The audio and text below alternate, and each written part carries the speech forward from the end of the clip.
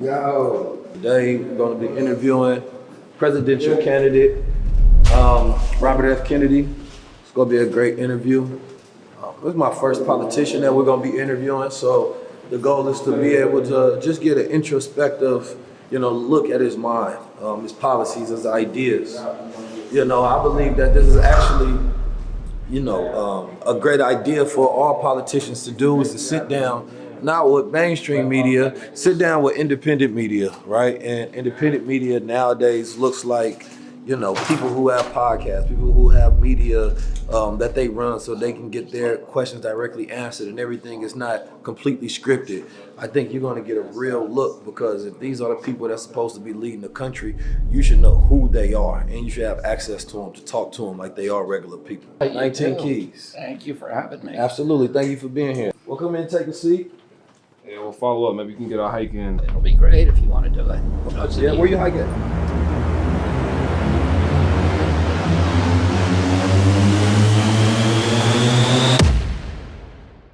I think it's important that we look at Robert F. Kennedy because most people are complaining about Trump and Biden, and they saying that these are the choice between the two evils. We need a president in office who's going to protect our constitutional rights. Mm-hmm. President Trump appointed a number of judges that have made it illegal to give race-based reparations to anybody.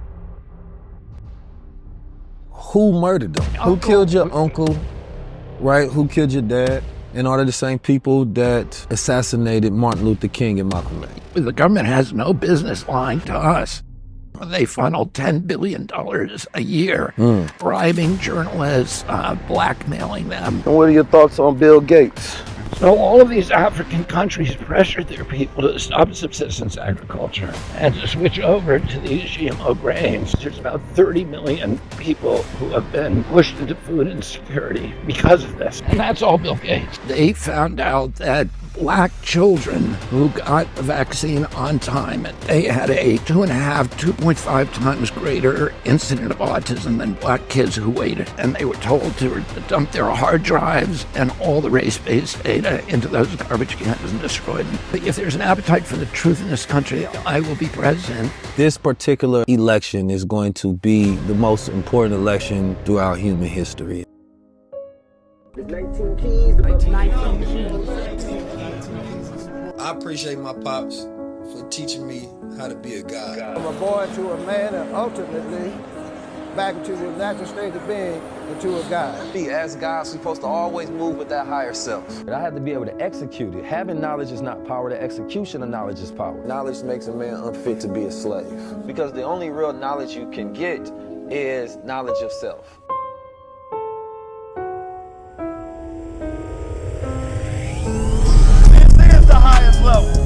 The highest level is ownership.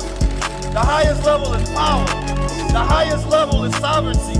The highest level is higher consciousness. The highest level is when we own our own culture. Excellence at a very high level. Not eye level. A high level. It's time for a high-level conversation. We're here for another high-level conversation. 19 keys, and this is a high-level conversation. Tap in with the guy. I want to read some as we get started. And I'm sure you will know the source of this. The very word secrecy is repugnant in a free and open society. And we are, as a people, inherently and historically opposed to secret societies, to secret oaths, and to secret proceedings. We decided long ago that the dangers of excessive and unwarranted concealment of pertinent facts far outweighed the dangers which are cited to justify it.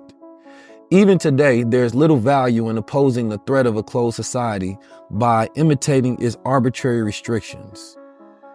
Even today, there is little value in ensuring the survival of a nation and our traditions do not survive with it.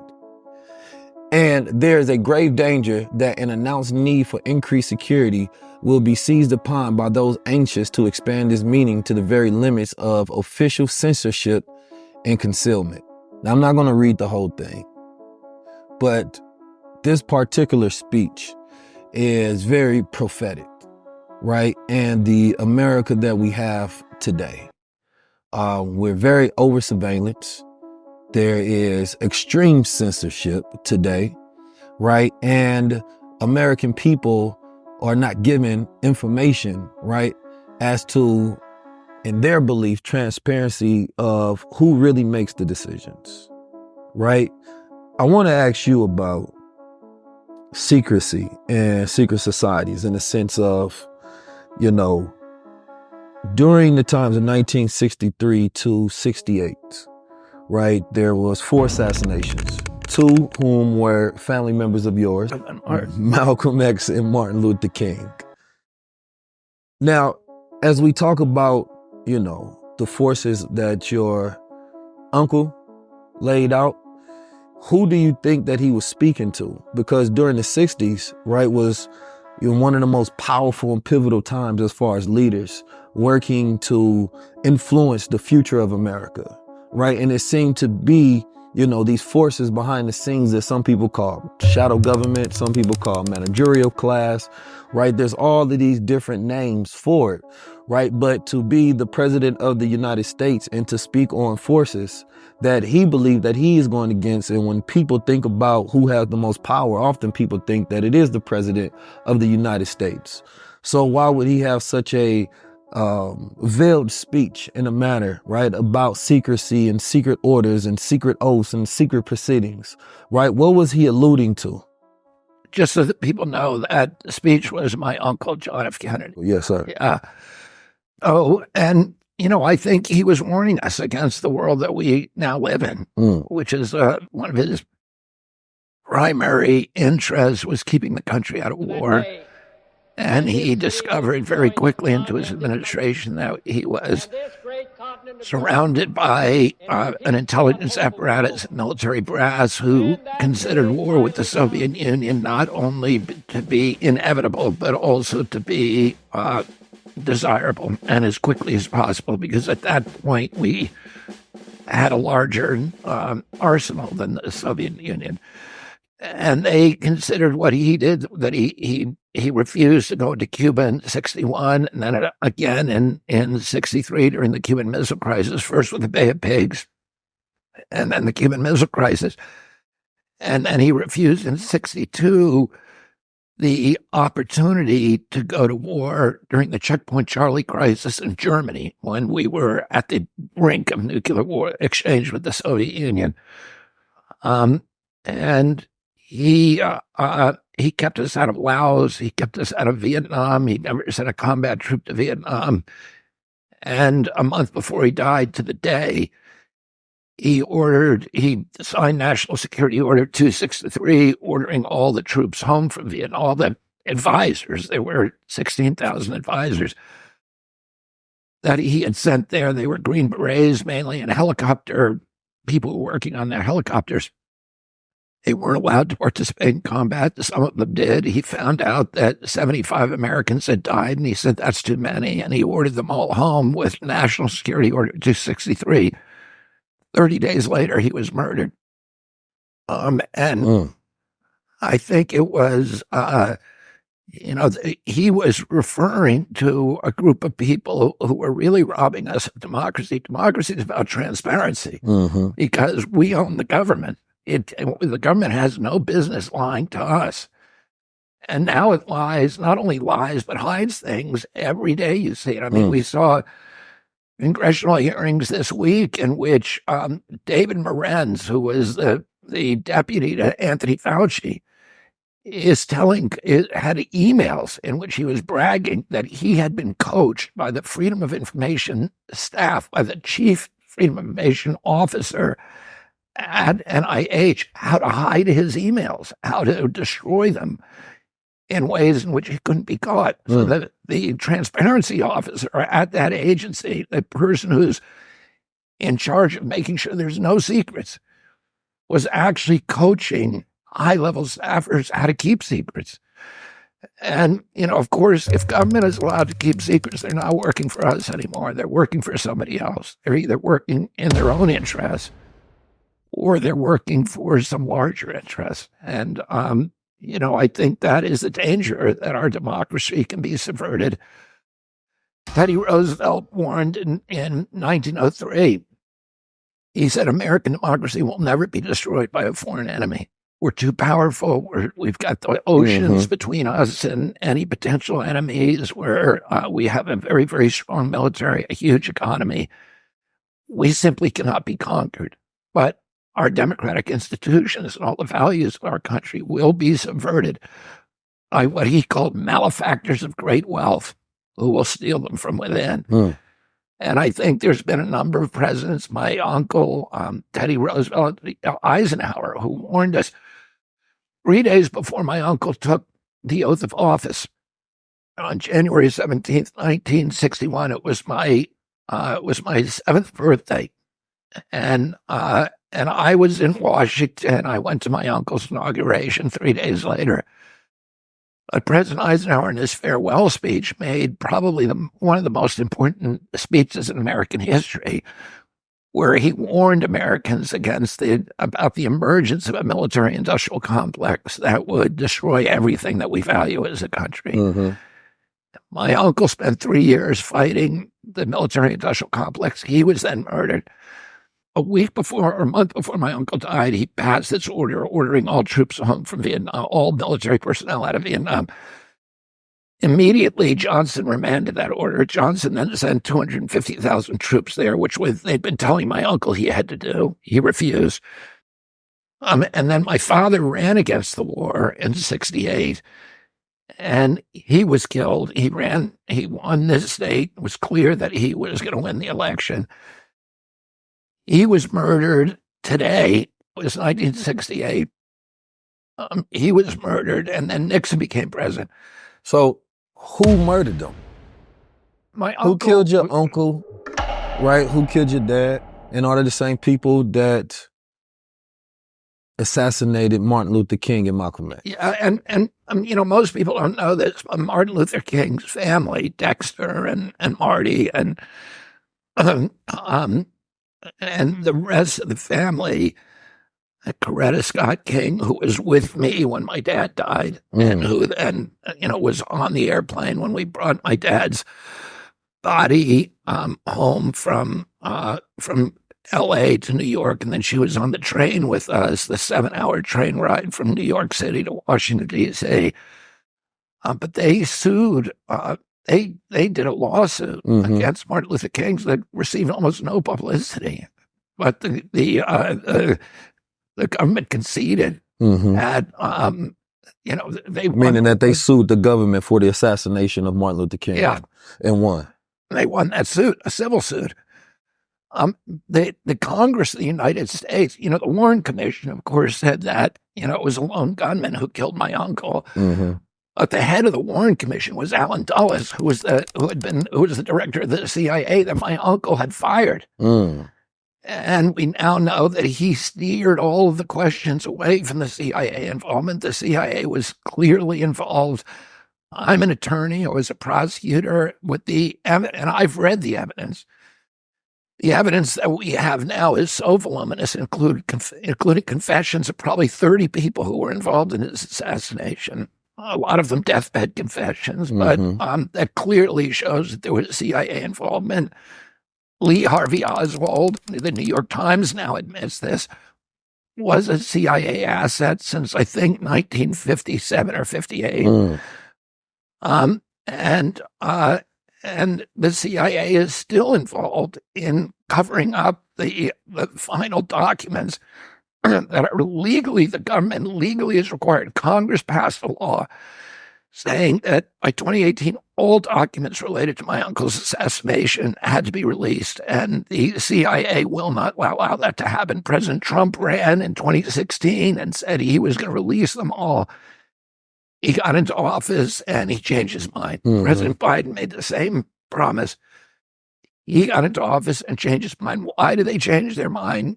What are they hiding? This is 60 years after the death. Most of the people are now dead. What could they possibly hiding other than some, protecting institutional reputations? And Tiger was shot by Ahmed Sukarno, who was the liberator. He was like the George Washington of Indonesia. And the CIA, when Eisenhower was president, the CIA tried to kill him. And he then hated America. He coined the phrase, the third world. He became kind of a hero across the developing world. But he was extremely anti-American. And somebody asked my uncle, President Kennedy, about what they were going to do about him and why he was so anti-American. My uncle said, well, if the CIA tried to kill me, I'd be anti-American. And Sukarno heard that and fell in love with my uncle. He invited my father to Indonesia. My father ended up negotiating a peace between Indonesia and the Netherlands, and he gave him 2 live Komodo dragons and that Sumatran tiger that he had shot.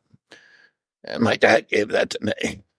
Man, they had to ship this over in a big-ass cargo The box. CIA, after my uncle died, went in and overthrew him. Killed 1 million Indonesians. Damn. You were running for president as an independent, and the last independent was also assassinated, right? Abraham Lincoln. So, you know, I've known, I've looked up and they said that they won't give you Secret Service, right? And, you know, you move around, right, as a presidential candidate, and you've talked about the threats upon your life, right? So how do you feel as far as your own safety of being assassinated with being so much death in your family? And then the next part of that is, if you were elected to be president, would you then release the files of Martin Luther King, Malcolm X, Robert F. Kennedy, and John F. Kennedy? And would you keep that promise, which is hard to say as a politician? I'm going to release all those documents. D-Day. Yeah, that's going to be a big day. I'm going to sign an executive order forbidding all federal agents, any federal employee, from lying to the public. And the executive order is going to say any federal officer, official who lies to the public in conjunction with his official duties is going to immediately lose his job. I'm going to pass another executive order, day one, forbidding the CIA from propagandizing American people, ending Operation Mockingbird, you know, which was banned. The CIA admitted in 1973 that it had 400 reporters under contract, the leading reporters and journals in our country. They promised to stop doing that. They legally could not do it. Their charter forbids them from propagandizing Americans. They're allowed to propagandize abroad, and the CIA today is the largest funder of journalism in the world. They funnel $10 billion a year into bribing journalists, blackmailing them. They own many newspapers across Europe, Africa, Latin America, and Asia. And they're legally allowed to do it, but they're not allowed to do it here. But, you know, if they spread news that is ran in another country, then we pick it up in this country. Yeah, but then it's the same thing. Also, in 2016, Obama changed the rule and allowed them to start propagandizing us again. And there's strong, you know, there's a series of articles recently by CIA historians, including David Talbot and Dick Russell, that have shown that many of the journals, including Daily Beast, Rolling Stone, now in control of the CIA, the editor, you know, which was when I was growing up, it was the counterculture critic of the CIA. They published the article by Carl Bernstein in 1973, revealing all the CIA involvement in American journalism. They are now under control of their editor-in-chief, is a guy with very, very strong ties to the national security community. Daily Kos, Salon, Slate, probably National Geographic, and Scientific American, but a lot of our journals, and then the Washington Post and New York Times. These historians have documented who and exactly how the CIA is doing it. A lot of it's obscure, but they also control the social media. You know, the ARPANET, which was the original internet grid, was constructed by DARPA, which is part of the national security community. The CIA has a hedge fund an investment fund called InQtel. And InQtel moved headquarters to Silicon Valley, and they were building Google and Facebook and all of these major social media platforms. Those platforms all have huge contracts with the security industry or the security apparatus. And we know from the Twitter files, from my lawsuit, Kennedy versus Biden, from the attorney generals in Missouri and Louisiana lawsuit, Murtha versus Biden, we have discovery in those suits that show that President Biden opened up a portal which was run by the FBI to all of the social media companies, and that portal was used by about a dozen federal agencies, including the CIA, including CISA, NIH, CDC, the IRS, DHS, and other agencies to censor voices on the internet. So we have now, and now we're seeing the rise of artificial intelligence. Yeah.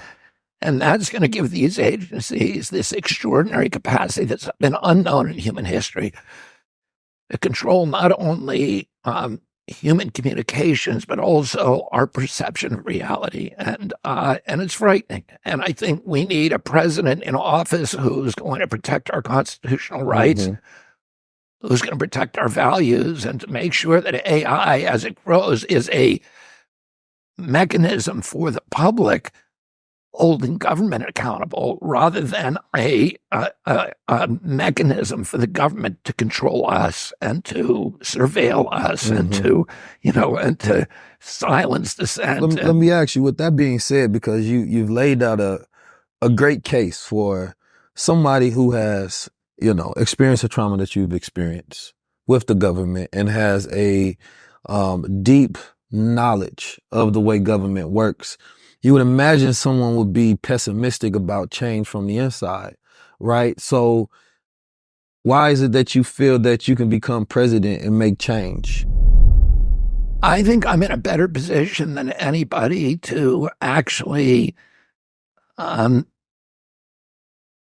change our government back to doing what it was supposed to be doing. One, I have a very, very clear idea of what America is supposed to look like, that we're supposed to be an exemplary democracy. We're supposed to be a role model for the rest of the world about this experiment in self-governance. Have we ever been that?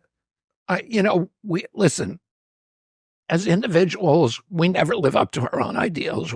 Our job is to continue striving to be perfect humans, but none of us ever makes it. The question is, are you striving to do it? The question of America is not whether it's ever lived up to its highest ideals, but whether it's been on a trajectory to perfect the union. And, our country has done extraordinary things around the world. When we were formed as the first modern democracy in 1780, we were the only democracy in the world. By the Civil War, by 1860, there were 5 democracies, and by the end of my uncle's term, there's 180 democracies around the world. So they're all based upon this idealistic vision that our framers laid out. Some of them do it a lot better than others, and we've progressed as a nation. Our Constitution promised equality for all, but it really only gave equality initially to white men who own property. Then it became all white men, and it became white men and white women. And then gradually, in the 60s, we started forcing other people to be allowed to participate in our system. So we were always kind of vaguely on a trajectory to live up to those ideals. And I would say since, particularly since the year 2000, we've been going backwards fast, and we're now morphing into a totalitarian system. I would say we're no longer a democracy. We're more of a corporate kleptocracy or a plutocracy, which is a war machine economy that is ruled by an oligarchy and an elite, where, the common people have very, very little real say in what happens to our government. Do you believe, because you are a Kennedy, So if there was a more like affluent class of families, you know what I mean, in America that has social and political and influential power, it would be the Kennedys, which one would consider as an American oligarchy, right? And there has been, many, what was this, an experiment that the young girl did to where she traced back all the lineages of the presidents and found that there was a common bloodline. Right. So as the average person has the belief, I can be president, right? America's this home where you can dream and become anything you want. But we also see that things are actually ordered in America, right? Do you believe that your background as a Kennedy allow you to relate to the common struggle of the people? Well, let me answer that in a different way, other than... I didn't know which way you was going to answer it at first. Yeah, rather than answer that directly, let me say we do like direct answers, though. I know you're a politician, but... Well, I don't really consider myself a politician. I've never been a politician. I regard myself as a truth teller. So, rather than laying out for you why I think I can understand the problem the way that you grew up, for example, and well, I wouldn't have expectation of that. Yeah, well, that's what I'm saying. Let me answer in another kind of a roundabout way. We lost democracy before. In the 1880s and 1890s, America, democracy was essentially obliterated in this country, and our country was being ruled a class of robber barons, what we call robber barons now, the Rockefellers, the Fricks, the Whitneys, the Carnegies, the Mellons, who sat on these interlocking boards of what they call the trust, the sugar trust, the rail trust, the oil trust, etc. And at that time in history, we didn't have a direct election of senators in our country. We had the legislatures pick the senators, state senators. The legislatures were very easy to purchase, and these individuals owned those legislatures. In fact, it was said at the Pennsylvania legislature that it was the only legislature in the country that was not for sale because John D. Rockefeller owned every member of it, and he wouldn't sell any of them. And they did what he said, and this was true of all of them. They were picking the senators ran the parties, they picked the presidents, and that's the way it was. And there was no income tax at that time. So if you had so John D. Rockefeller was paying the same tax as a black man in New York City. Something happened. There was a progressive movement in the cities, which was Republican, but they were people who were idealistic. There was a populist movement in the countryside that was Democratic, but was revolutionary and insurgent. There was a series of muckraking journalists who were really good journalists, Ida Tarbell, Upton Sinclair, a lot of others. They were writing mainly for a magazine called McClure's, and they were doing every week exposés on the corruption of government, the corruption of the robber barons, and everybody in the country at that time read McClure's. And then you had a guy from the oligarchy, the center of the oligarchy, Teddy Roosevelt, who was part of it, but he wasn't scared of it. And he was idealistic. And he ran for president. And we restored democracy. We created the first income tax. So the wealthy people had to pay their share. And this was what year? This was around 1903, the early part of the century. We passed the Sherman Antitrust Act, and we broke up Standard Oil, which is the biggest company in the world. They control probably 80% of the oil on Earth. And, John D. Rockefeller was richer today than Elon Musk is comparatively. They created the 40-hour work week. They allowed unions to organize. They gave women the vote. Most importantly, in 1908. They passed a law that made it illegal for corporations to donate to federal political candidates. But isn't that when corporations... And they were all part of the oligarchy. Teddy Roosevelt and FDR were part of the oligarchy. Not to cut your wisdom, but they stopped corporations, right, from doing that. But then wasn't there a workaround where corporations essentially were just able to be incorporated? And then that's when we get things like political action committees where they can utilize their money to influence politics. That happened in the 70s. Okay. But they found that workaround. What happened, the bad thing that happened, the Citizens United case, which was in 2008, so exactly 100 years after we forbade corporations from giving to federal political candidates, 1 century later, almost to the day, the Supreme Court, a very business-friendly Supreme Court, issued this decision in Citizens United that said, no, giving money is a form of free speech, and it's protected by the First Amendment, and therefore you can't pass any law restricting it. We suddenly had the tsunami of dark money pouring into the federal process. So this year, the candidates are going to spend about $15 billion, the two political parties, on this election. And they're raising that money not from little people. They're raising it from big shots. And those are the only people who get heard now in the political process. So I think if we're going to restore American democracy and we're going to end this sort of deep state and this corporate kleptocracy, this corrupt merger of state and corporate power that is now oppressing us, governing our lives, turning us into commodities, commoditizing our landscapes, our people, our children, to promote the mercantile interests of large corporations. And that's the only objective of the American experiment, is to make corporations richer. If we're going to break that up, we've got to do something about Citizens United. The only thing we can really do is a constitutional amendment. So I don't tell people I'm going to change that. I never tell people I'm going to do something that I don't know that I can do. I know I can reform the agencies. I know I can reform the CIA, because I can do that with presidential power, with guidance documents, and with executive orders, and just personnel changes. I can do that. I don't tell people I can end the corruption because we need to get rid of Citizens United. But what I'm going to do is I'm going to campaign across the country to get the states each to, you need 2/3 of the states to pass laws that say if all the other states do it, then we all agree there's a constitutional amendment to get rid of Citizens United. And that's what I will do. We need to do that if we're going to get our America back, ultimately. That's what we need to do. As long as that money is going in, no matter what kind of fix that I make up there, the next guy can, and the duopoly, the Republican Democratic parties are no longer representing the middle class in this country. They don't even pretend to.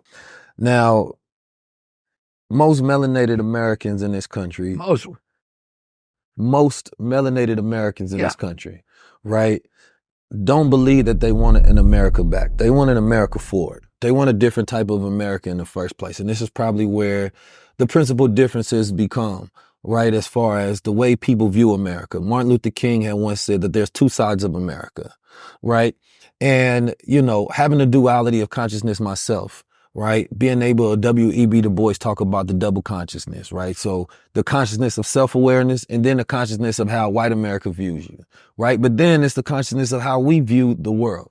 So when we utilize terms like our America back, it's almost isolating and not a touch in the fact that we say we don't want it back. We want things to change, because when we talk about democracy in this country, right, we never believed that democracy was for us, because even when you talk about in the 60s and 70s, we was always fighting it, right? It was always, when are we going to get our rights, right? Which should have been established as human rights. So now, as we find the things that are most important to us is wealth, so that we can decide what we want our future to be. Most people that come from where I come from and think like I think are not waiting for the president to change things, right? You create opportunities, and whatever opportunities you create, we will get access to those opportunities in the best way that we know how, because I believe that that's the best thing that government can do, is to provide the opportunities, and the businesses, right, and the entrepreneurs, they take advantage of those opportunities. But in today's time, people are struggling. Most people are broke. They don't have any money, right? And the middle class expansion is where I want to kind of get into what your plan is, right?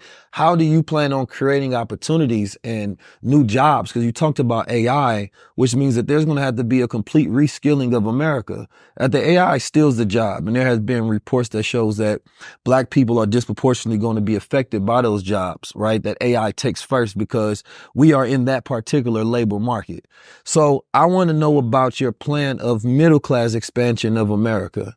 First of all, let me say one thing about AI. it used to be when we talked about AI, we thought, yeah, I mean, Elon Musk famously said, AI, first it's going to steal our jobs, and then it's going to kill us.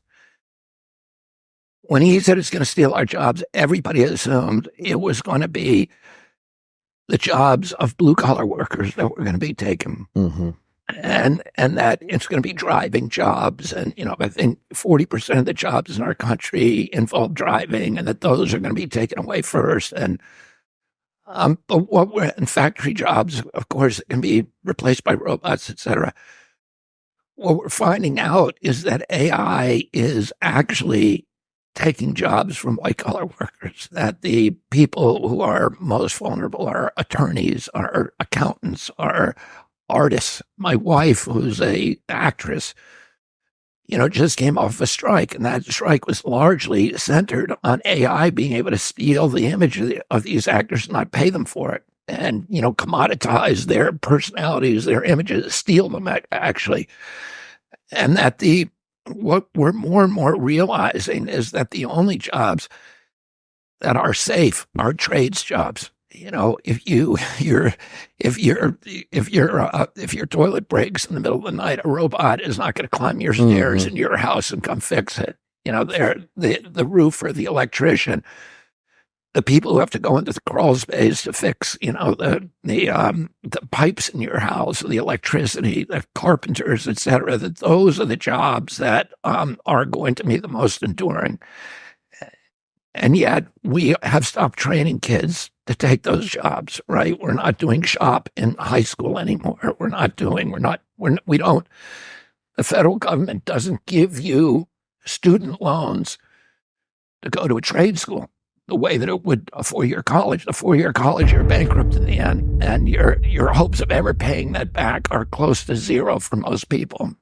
So you're bankrupting this whole generation. You're robbing the middle class of its vitality, and you're not training people the jobs that are actually going to be able to flourish and to survive AI, to endure AI. And one of the things that I'm going to do is I'm going to switch that, and I'm going to make sure that people have an opportunity to learn the trades, and that is one way of starting to rebuild the middle class. The other, I'd say, most important thing that we need to do, key, is to get everybody into a home. Right now, we borrowed all this money. We've spent $8 trillion on wars since 2001 in the last 20 years. And that money is bankrupting the American middle class. And it is systematically the Fed and, all of these, the control by these corporations is like a sump pump that is pumping money and equity out of our communities into this new oligarchy of billionaires during COVID, which was the coup de grace. President Trump and President Biden shut down 3.3 million businesses. They let Walmart continue. They let Amazon continue, the big shots, and they made billions. But if you were a local business, 41% of Black-owned businesses will never reopen. I've been to Harvard Lee, which is a Black community in Cleveland, and it was poor, but it was thriving. There were shops everywhere. And I went there 6 months ago, and every shop is boarded up. The Black banks have all closed. There's only 25 Black banks left in our country. So there's nobody making loans in these communities for home improvement loans and business loans. In that community, I met with Black business owners, one of whom owned a sausage company that was famous in the area. And it was an 80-year-old sausage company. Many of these Black-owned businesses that we lost had 3 generations of equity in them. So that's 3 generations sweating, spending money to build a business that was supporting their families, but supporting their community. And those were wiped out. And the equity has been systematically stripped from Black communities in this country. Home ownership, beginning in 2008. But even before that, these mushroom loans that collapsed ultimately in 2008, they were tried first for a decade before that in Black communities, and nobody noticed that all of those were being stripped. If you don't have capital flowing into your community, you're going to have crime instead. There's a direct correlation, and Black communities can no longer get capital in this country. We need to give people access to capital. then they can pursue their entrepreneurial energies. The principal way that people have access to capital is through home ownership. When after World War II, when my uncle was president, our country owned half the wealth on the face of the earth. The American middle class was the greatest economic engine ever devised by humanity. And one of the reasons is because the industrial base of Europe had been leveled during World War II, but also the other major factor is that after World War II, we got every American into a home. We had the GI Bill. Blacks and whites could afford a home. You could back then, and we had the highway system that was opening up all this new land. Back then, the price of a home was typically around a 1 year's salary. What year was this, you said? Well, after World War II, we did that by 1960, by the time my uncle was president. So that's 15 years after the war. We were the richest country in the world. And the middle class was the base for American democracy. And what happened is, if you own a home, two things happen. One is you care about your community. You care about your police. You care about your fire protection. You care about your schools. You go to the PTA meetings. You care about the appearance of your home. You care about your neighbors. But more importantly, you have equity, which means you can take a second mortgage on that home and you can borrow money. Understood. So if you have an entrepreneurial impulse, you want to build a yoga studio, you want to build a liquor store, you want to build a saloon, you want to build a sporting goods store, you can get a hold of that money, you can bet your house on it. And that's what happened. You had this incredible ferment, and that grew the American middle class because so many people were starting businesses in this country, little businesses. And, during COVID, Amazon, I've spent most of my life in little towns, right? So I have a little town. It had its own bookstore, its own sporting goods store. You go into that store, and there's a plaque on the wall that, first of all, my kids would work in those stores in the summer. They'd give them summer jobs. They had a plaque on the wall of the store. These stores, almost all of them, of gratitude from the local Boy Scout troop, from the Little League teams. They paid for my kids' hockey uniforms. They paid for their Little League uniforms. Amazon's not doing that. And they were paying taxes, so that when I spend money there, I was spending more than I spend at Amazon. But that money was recirculating in my community all the time. So it was benefiting me. Even after I spent that buck, it was helping me because that guy was going to hire my kid in the summer and pay for the hockey uniforms. And they cared about the community. Now that guy is gone. Amazon is not paying local taxes in Harvard Lee or anywhere. But you think, okay, well, at least they're paying federal taxes. No. Last year, you know how many dollars Amazon spent on federal taxes? Zero. So they're doing it right in front of us. They're strip mining the wealth from the American middle class, from the poor people, the working poor in this country. They're moving it upward to this new oligarchy of billionaires.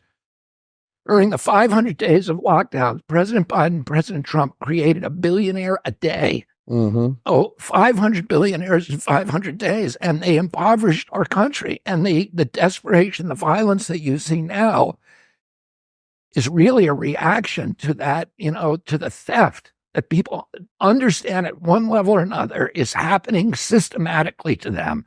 So you're thinking about middle class expansion. You talked about trades, right? Now, I know this, Gen Z and the other generations, they don't want to be plumbers. They don't want trades, right?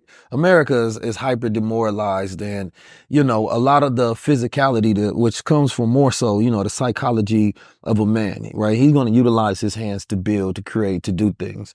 The generation, let's just be honest, is a little more, have the psychology of, to be more feminine, right? When you think about the different archetypes, right, that now represents the males of America, today is more of, as they say, beta male, right? A lot of the views on masculinity from a young male perspective are not positive. So you push the ideas of like toxic masculinity without giving a representation of mature masculinity or what you would consider healthy. So the young boys in today's time want to be more gender fluid, if you will. They don't see themselves as men because there's also not many rites of passage. And the media doesn't give them that many representations. When I say media, I'm talking about entertainment industry, Hollywood, et cetera, right? Of the type of man that they would want to become. And then just the social circles of influence on social media within itself. This is why you get popular, people who rise and take that position as like a father figure. And that may be controversial, but the young men feel like they don't get leadership anywhere else. So they're going to be more prone to follow those type of examples. If you telling somebody, be a man, this is how you get woman, this is how you get respected, this is how you become more confident, this is how you get money. When the rest of society is saying being a man is the issue with the world. So there's going to be a natural defiance that goes with that, which creates a natural alliance to people who push it. Whew. Talking and walking. But at the same time, the things that they want to do, right, are, involving so-called passion pursuits and things of that nature. 50% of high schoolers have said that they want to be influencers, right? They want to utilize social media. But at the same time, it's very hard to build wealth on social media. There's constant increased censorship, right? Platform algorithms are constantly changing. And when it comes to job creation, and, reskilling America, that's going to have to go into, number one, education, right? Because schools are not teaching relevant things for children to learn, right? In the first place, they should come out of high school ready for the world, right? And if they want to pursue additional education, they shouldn't have to go into debt to do it because half of Black wealth is lost to college debt.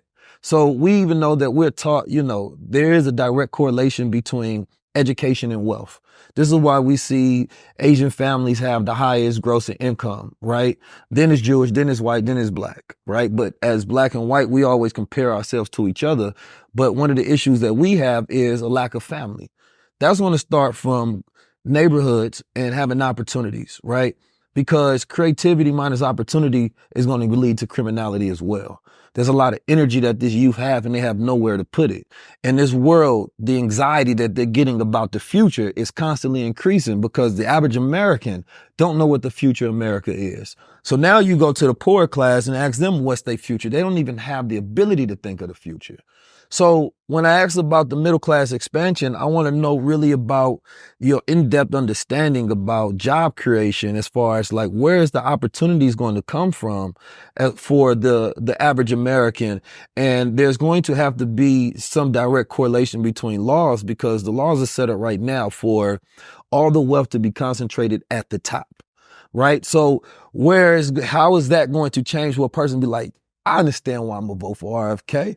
We about to get some wealth. We about to get some money. Well, I see a bright future there, right? And it has to be some sort of action plan to where it'd be like, all right, number one, he sounds like he understands the poor middle class America, right? And there's a big job, right, of changing things within 4 years, number one. I'm not sure if that's ever possible, but that's the way America is set up, right? Give another guy a shot every 4 years. But I want you to go a little more in depth. And if you can show people, right, your high level ability, right, as a businessman, because I know you are a lawyer, an environmental lawyer, and I want to get into some of the beautiful, positive things that you've done. America is a corporation. You're going to be CEO. Right. So I want to know your business plan for America as far as job creation and, skill development, because Americans do not know what to do next. And the IQ of this generation for the first time has been shown to decrease, right? As they scale and they look at the IQ of generations every year. This generation is not as smart, but we have more access to tools than ever before, right? So where's your plan when it comes to taking wealth and concentrating it towards the bottom so that people can see growth? Otherwise, Black Americans that start making money, they look at Republicans and say, well, I want money, so they go tax incentivized. We look at Democrats and say, well, I'm tired of giving loyalty to Democrats because even though we vote for them every year because they tell us that, it's lesser of the two evils, we rather choose revolution. And for most people, revolution is no vote. So how do you then convince those people you're going to reunite the people under a plan to make more people patriotic again? And in order to do that, they're going to have to believe in a country, and they're going to have to believe in a leader that can lead the country to prosperity. Let me make a couple of points and answer your question. One is just a footnote, is you talked about Gen Z and millennials who want jobs essentially as computer technicians, or those are the first jobs that are going to disappear.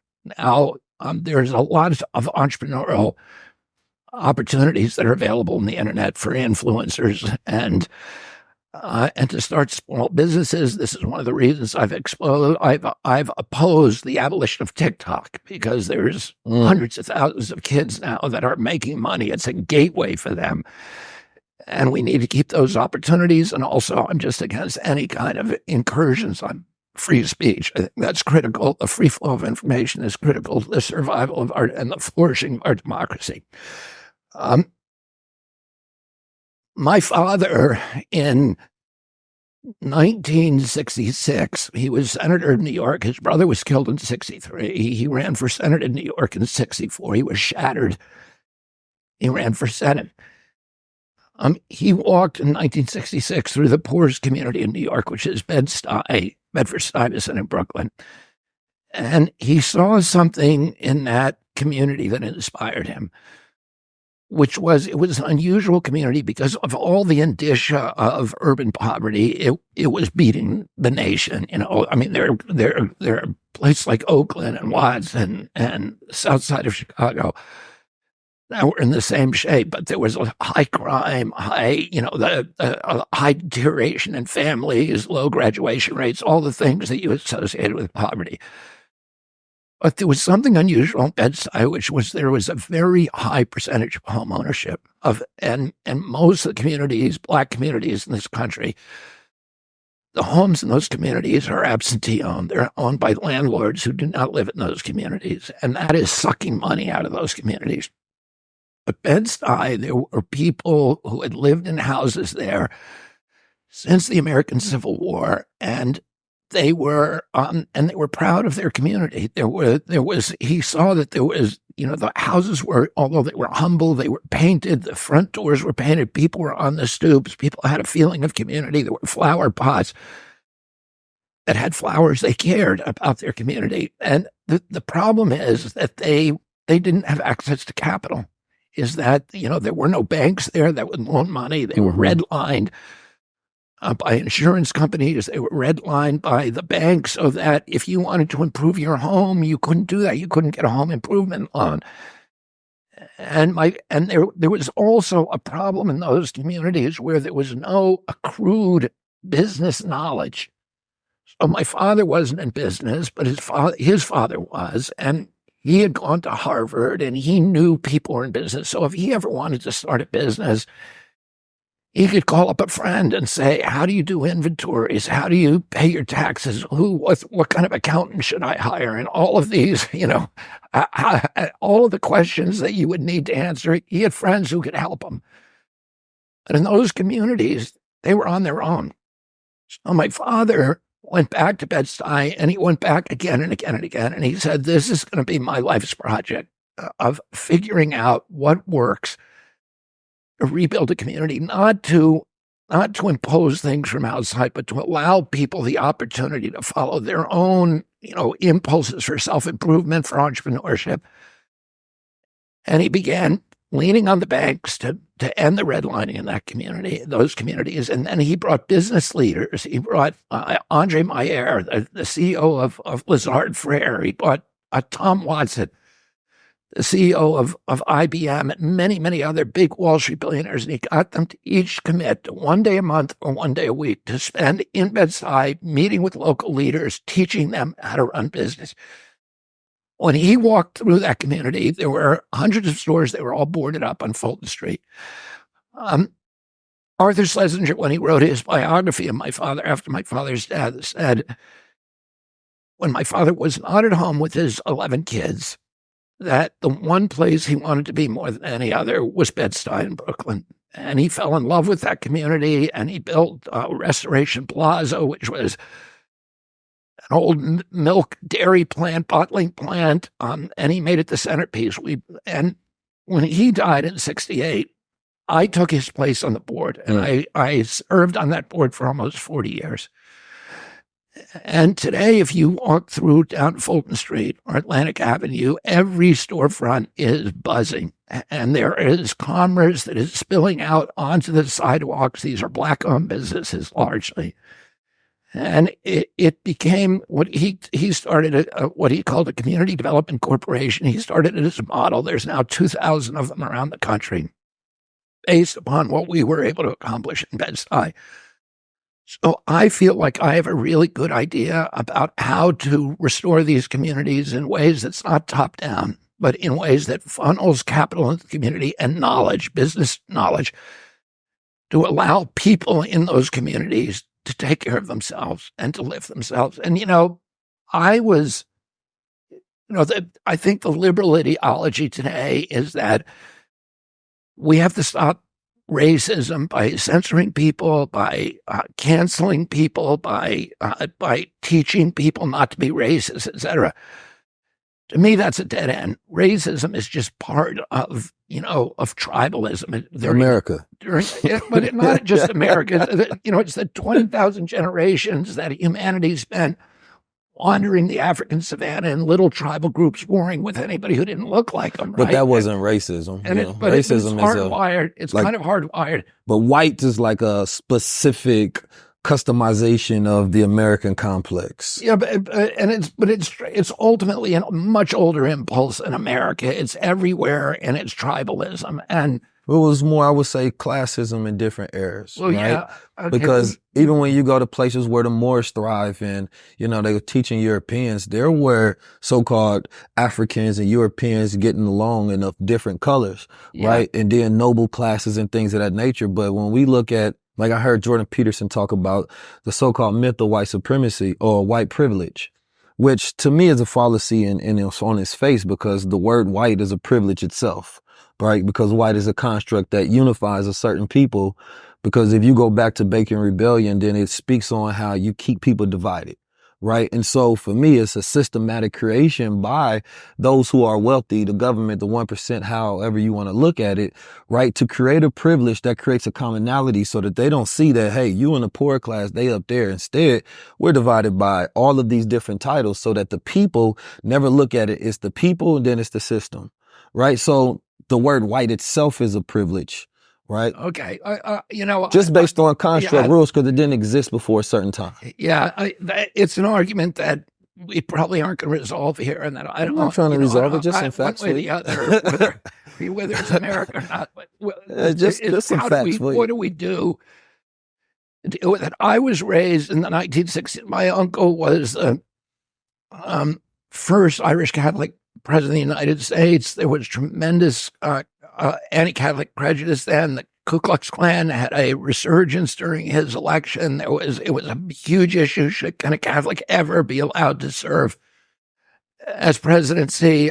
I was called names when I was a kid, a mackerel snatcher, a Mick, all of these, derogatory names. When people called me that, I never internalize it. I would think that guy's got a problem. That guy's weird because he's saying that to me. I never thought, oh, I'm inferior. And the reason for that was because I had confidence, because I had an education. I had connections in my family. I had a strong family, a strong faith, and a belief in my country, a belief in my future. I was confident about my future. So prejudice had no impact on me. And that is, to me, the gift that we need to give to every Black kid in this country, that if they do encounter bigotry in their lives, that they're not affected by it. They don't internalize it. They have so much confidence in themselves as men, as women, that they are unaffected by racism. And the only way we're going to do that, we have to do two things to do that. One is we have to fix our educational system, which we need to do, for me, through education choice, through charter schools, by offering people the opportunity, if their school is not working for their kids, that they can take their kids out and they can put them in a school that does. Or that every kid, and there's these schools in New York now, Success Academy and a number of others, that are taking kids out of Black communities, and they take them by lottery, right? They're not kids who are, had special parents who made the effort. They're chosen by lottery. And those schools are outperforming the best high schools in New York. Scarsdale High School, they have a higher graduation rate than Scarsdale High School. So it's not, the poor performance in education has nothing to do with background, culture, poverty, race, color, melanin in their skin. It's absolutely has everything to do with bad schools, right? And the way our school system is run. We can't do that anymore. We need to fix the schools, and the way we can fix them is through a market which allows a parent, that doesn't say to parent, wait another 10 years till we fix these schools. You can't tell that to people. You have to say, you can take your kid, if this school isn't working for you, and you can move them to a school that does. Number one. Number two, capital. We do not, Black communities have systematically been stripped of their equity and therefore their access to capital in a million different ways. It's systematic. It's happening today. It's happening all the time. And and I saw it work, Key. I saw it work in Bed-Stuy. We can make that work across the country. And that, is my program, which is targeted community repair for poor communities all over this country, not only Black, but white, that's now, there's other things we have to fix that specifically relate to Black communities. And the biggest thing is the school to prison pipeline. Mm-hmm. And that is a direct result of two laws that were passed. And President Biden was involved in both of them in 1986. The Drug Act that we passed in 1986, and then the Omnibus Crime Bill in 94. Biden wrote both of them. And Clinton, the people who were supposed to be friends of the Black community, who would actually do the most destructive things to the Black community. Mm-hmm. That the 1986 Drug Act, the biggest thing, the worst thing it did, it made crack cocaine. It gave crack cocaine 100 times the prison penalties as powder cocaine. So a white kid in the suburbs who got busted for powder cocaine got 100 times the prison exposure as a Black kid living a couple of miles away. Okay. And then 94, the Omnibus Crime Bill, which had the super predator provisions in it. It had mandatory sentencing. Mm-hmm. It had 3 strikes, you're out. Those two bills in 8 years doubled the Black prison population. So the rate of Black imprisonment from the Civil War till 1986 was pretty constant. After 1986, it increased, it doubled. And you now have, 1 out of every 4 Black men who have been exposed at one time or another to the prison system. And when we do that, you get hit again because now you have a record and you can't participate you can't get a job, right? You can't get a decent job. And you can't participate in the political process. In many states, you're disenfranchised. And, we need to immediately act on that. By either giving pardons or stripping the records of all the people who were convicted of nonviolent crimes, particularly drug crimes. A lot of these are marijuana, and minor drug offenses. They shouldn't have a criminal record. Drug addiction, as I know, I was a heroin addict for 14 years. It's a disease. And it's something that we have to address through treatment options and not through incarceration and permanent lifetime punishment that sends you back into that destructive cycle.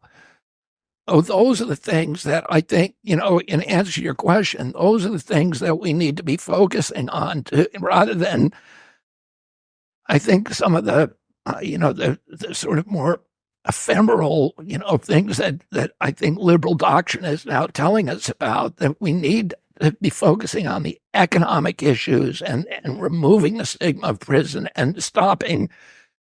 I mean, one of the things is that if you get suspended from school or you get school discipline, that goes on your prison record. So people are seeing that for the rest of your life. And you don't, in a white community, that doesn't happen to you. But you are branded from when you're a kid as a troublemaker, as a criminal. And and that is one of the biggest anchors that on the growth and the robustness and the success of the Black community in this country, if you take all the men out of the Black community, which is what's happening systematically, you're going to destroy that community, and it has been systematically destroyed. 100%. And it gets me to think about, the 13th Amendment, that, once you become a prisoner, you become a slave. So Black Americans often view that as, just another route to slavery that never ended. So our community has been disproportionately affected by that for the last 500 years, and we're still going through it, because I got a brother in prison right now. I got a younger brother that's in jail right now. So it's the ACEs, the adverse childhood experiences, right, that changes your trajectory towards life. And it's not even just the schooling, right? When you go up, either lack of father, lack of proper education, and you grow up in a household where you experience all of these different levels of trauma, my adversity is going to be completely different than the average person. So now I have a lot more to get over. For trauma, for some people, it will turn you into, a hyperachiever, right? And other people, it makes them collapse inside themselves.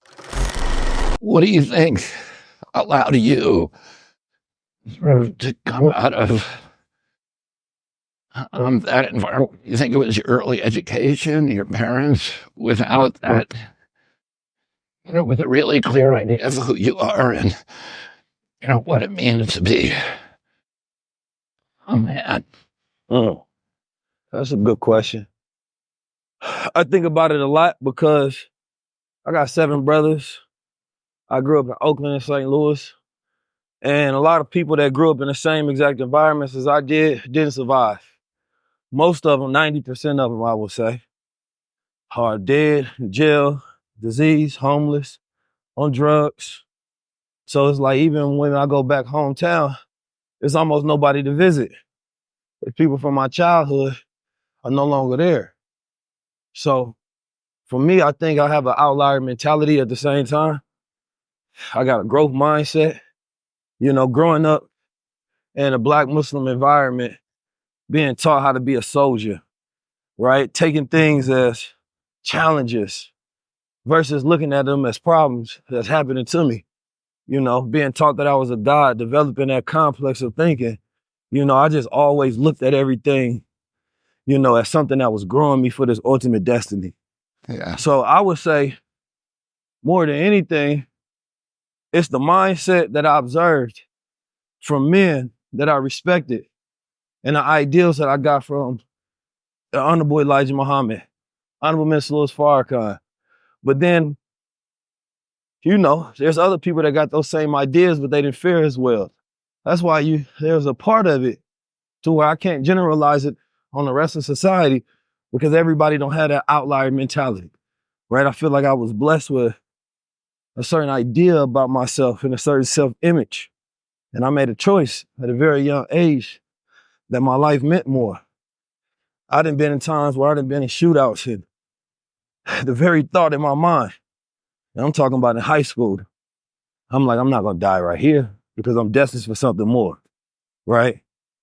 These are things that stuck with me throughout my whole life, to where I had to always figure out, how do I make sense of what I'm going through? How do I transmute that into something else? And so a part of that is a demonstration of seeing men, seeing what's possible, right? Self-education, because I never finished college, but I never stopped learning, right? And then focusing on developing a superior mindset and asking myself, what does it mean to be a man? I constantly take myself through the rites of passage to become a man, because I never just assume that just because I reach a certain age, I'm a man. I always thought about the trials and tribulations and the self-development and the values and the principles that it takes to be a man. And so as I accomplish those throughout different periods in life, that's when I can give myself credit. Like, all right, I see you growing. But everybody don't have that, because everybody needs on a range properly. I got a vast thesis about how when you grow up in certain environments and you're not told that you are significant, you're not given credit for your efforts, you're not shown love, you miss those needs of like significance. So when you grow up, you need that more. You need love more. So you seek that in different places. That ain't good for you. Me, I never sought that. I never felt like I needed more of my father's love. I never felt like I needed more of my mother's love. I felt like I needed to grow and I needed to challenge myself and accomplish something in life. So I don't think everybody has that. Some people, they seek, I need people to see me for who I am. I need to be a part of something. I was always, I'm gonna build it if I don't see it. I was always, well, if you told me I'm this, then that means I can do this. So shit, I'm gonna get it done. So, that's a mindset shift. And that comes from expansion, through exposure. And so the beauty of my whole entire life is I've been exposed to different perspectives. I'm having this conversation with you because I'm always seeking different perspectives. The whole point of high-level conversations is to provide exposure that allows people to think. And I believe a thinking man is a real free man. So when we look at which group has, the worst statistics in America, from cancer to violence, right? Second is suicide, gun violence, prison, of course, that's black males, right? So for me, if I was to look at a way to make America better, you have to look at the people who's affected by the worst statistics in America. Now, we are in the middle of mental health month, right? And with black men having such skyrocket mental health issues in America, if you want to begin to fix the issue, right, you have to first deal with the mind. And that means there has to be, especially when you talk about prison reform, right? And you have to decrease the incentivization for these corporations, right, to do things that keep black men specifically going to prison. Because if you don't decrease that corporate incentivization, then there's always going to be mechanisms, right, where people figure out how to make a profit, right? And black bodies are seen for mechanisms of profit. They always have. So for me, it's like there has to be new laws and new components of people, of everything that you just laid down was a beautiful case, right? Of all of the adversities and atrocities that black men or the black community have faced of. This is why America has to focus on, all right, what do we give back to this community for the redlining, right? For the Tuskegee, for all of those different things. But there's never been compensation. The numbers of black farmers that have lost their land, right, it gets up to $300 billion. Right? When you look at the amount of land that is owned by black people today, it is minuscule in comparison to whites today. And when we look at the opportunities that we're giving back in the day, because there's a lot of it is correction. When we talk about equality, it's like giving everybody the same thing. But when you start from a deficit already, so it's equity versus equality. And then that's when, how do we go and fix the things, right, that have been broken specifically by America? And so I look at Governor Gavin Newsom, and he laid out a reparations task force. And the reparations task force wasn't even about slavery. It was about everything that happened in the last 100 years, right? That has caused this stress and this trauma on the community, and how black people were deserving, right, of compensation for those things. And it's not something that black people will ever give up. Like, we just don't get our reparations. That would be a stain on America's moral system forever. And that karma cycle will never end until that particular thing is fixed. So I would say first, mental health clinics. Dr. Amos, which is somebody that I listened to, he had a TED Talk, and he was talking about how we talk about mental health, but it's really brain health, right? How trauma changes the brain, right? So if you wanted to go into black communities and you wanted to help black men, you would put a lot of these facilities, right, that are able to get you these brain scans to see where this trauma is, and then they put you on a brain program to help fix you. Because there's one thing to give a person an opportunity, but when your mind is already messed up, you can't even focus to take the opportunity because you're cycling on the problems that you just went through, right? And so we are generations in, right? We're not a generation that you get to start fresh and let's move forward. It's like there's a lot of things that have to be fixed. And poverty-induced stress and trauma, right, creates this cycle of different health effects to where you have all of these issues, and then you can't even afford to go get them fixed because you don't have money. So the very thing that causes your problem keeps you in the cycle of the problem. You talk about, medical racism, right? And we dealt with, there's environmental racism in the sense that if you look at some of the zip codes in America, some of the worst air quality, right? Or where there are Black populations. So there's so many different things that we have to fix. And I believe the quality of solution has to be based on the depth of awareness of the problem, right? So for me, I look at it in multiple ways, but going and just fixing the education system is one thing, but fixing that family system, right, has a deeper understanding. And I don't think that there's no candidate that's going to address it. What I believe is, let me pin a point. Okay.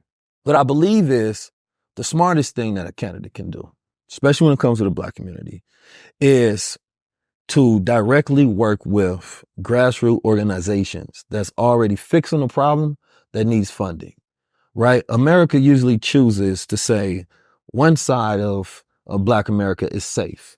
You're going to see who gets invited to the White House, who they work with, blah, blah, blah.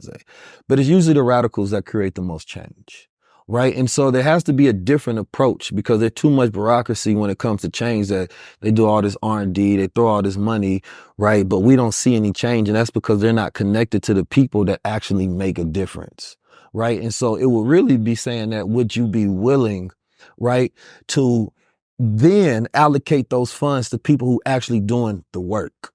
Because I don't expect RFK, because you're going to have, if you were elected, you would have a plethora of problems, right? And so your office and your cabinet, rather, would have to be filled with people who know, live, experience, and solve those problems. So there's direct allocation and budget to people, right? Or the brain trust of Black America that knows how to solve his own problems. Because we're not looking for a savior, right? The goal is to help us save ourselves. And usually that looks like getting out our way, right? Because naturally we're always fighting to better ourselves. We're not victims, right? But we're fighting multiple wars while trying to recover from the last one.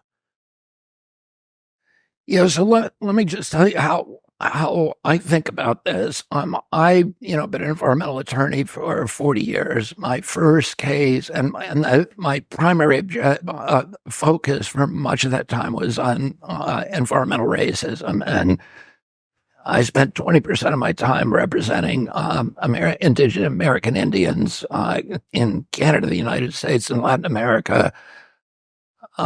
In treaty negotiations and litigation, addressing a lot of the issues that you just talked about affecting Black community. My first case as an environmental lawyer was representing the NAACP in trying to stop a waste transfer facility that was being sited in the oldest Black community in the Hudson Valley in Austin, in New York, and I won that case. But I learned a lot during that case that, because this was a middle class community, it wasn't poor, but it was being placed there because they didn't have the political power to kick it somewhere else. And this is true all over. In my experience, I'll give you some examples. What I learned then is that 4 out of every 5 toxic waste dumps in America is in a Black neighborhood. The largest toxic waste dump in America is Amil, Alabama, which is 85% Black. The highest concentration of uncontrolled toxic waste dumps in America is the south side of Chicago. The most contaminated zip code in California is East LA. There are, probably one of the biggest health crises in this country is 44% of urban Black children have lead contamination. Yeah, my brothers have lead contamination. Yeah, and that is rife with causes all kinds of learning disabilities that put you at disadvantage and behavioral disabilities and violence and all of these. I sued the city of New York one time. The city of New York has 3 water systems. It has the Delaware system, which comes from the Catskill Mountains, the Catskill system, which comes from the Catskills, pristine water, and then it has a very bad water system called the Croton system that's coming from a heavily populated area in Westchester and Putnam County. There are 102 sewer plants dumping into that water. And I asked New York City, show me the distribution maps. Let's see who's getting the bad water. And for a year, they refused. This was long before 9/11, but they said it's national security. So it was just a baloney answer. Finally, on the courthouse steps, they gave me the distribution maps, and I saw that the bad water was going to Harlem, the South Bronx, Lower East Side, Hell's Kitchen, right? They were poor communities, mainly communities of color. On the Upper East Side, coming down from Harlem, there was a little tiny dot in the sea. The Croton distribution was colored dark on these maps. There was a little tiny, like one house that was getting good water from Catskills. I had to get out a magnifying glass and look at it, and it turned out to be Gracie Mansion, which was the mayor's house. So they had put special pipes into the mayor's house to give him the water, but all of the communities around him were bad. So I saw this from the beginning of my career. I knew about, that about medical racism already. My uncle ended the Tuskegee experiment. As you know, Tuskegee experiment started in 1972, and they took 600 black men. 400 of them had syphilis. They didn't tell them they had syphilis. They bribed them by saying, we're going to give you free hot meals, and they were sharecroppers from Alabama. And then for 40 years, they didn't treat them because they wanted to see. Syphilis was always treated with mercury. And they didn't know whether people were actually dying of mercury poisoning or whether they were dying of syphilis. They didn't know what syphilis did to you if you just let it go. They wanted to figure it out. So they decided to get these guys and not treat them. So this is in 1932. In 1940, a lot of those sharecroppers tried to join the U.S. military. And the CDC went to the military and said, don't have them, because when you go into the military, the first thing they do is they give you what's called a short arm inspection, where they check you for syphilis. And then they cure you. And CDC didn't want them treated. And so they weren't allowed to join the military. They didn't know why their applications were refused. And then in 1947, penicillin was invented, and it became a treatment that could knock out syphilis in 5 days. And they made sure none of them got access to it. And they kept it going till 1972, and there was a black public health service official named William Jenkins, who went to my uncle's office, and another white man called Peter Buxton. They told my uncle about it. He had hearings in 72, and he put an end to it. So I was very aware that on the medical and environmental, that, black communities were systematically being victimized. And I spent, much of my life dealing with this. Now, today, you made a really important point, which is the health impacts in black communities. One of the reasons for that is these are food deserts. They're getting bad food. They're 100%. Getting processed food. And they're being mass poisoned by it. Right now, when my uncle was president, 6% of Americans had chronic disease. Today, 60% do, and the amount with black Americans is much higher. And that level is going up because of mass poisoning, because there's 1,000 ingredients in our food that are illegal in Europe. The autism rates have gone in from one in 10,000 in my generation. So today, 70-year-old men, 1 in 10,000 is autism. A kid's generation, it's 1 in every 34 kids, according to the CDC, 1 in every 22 boys.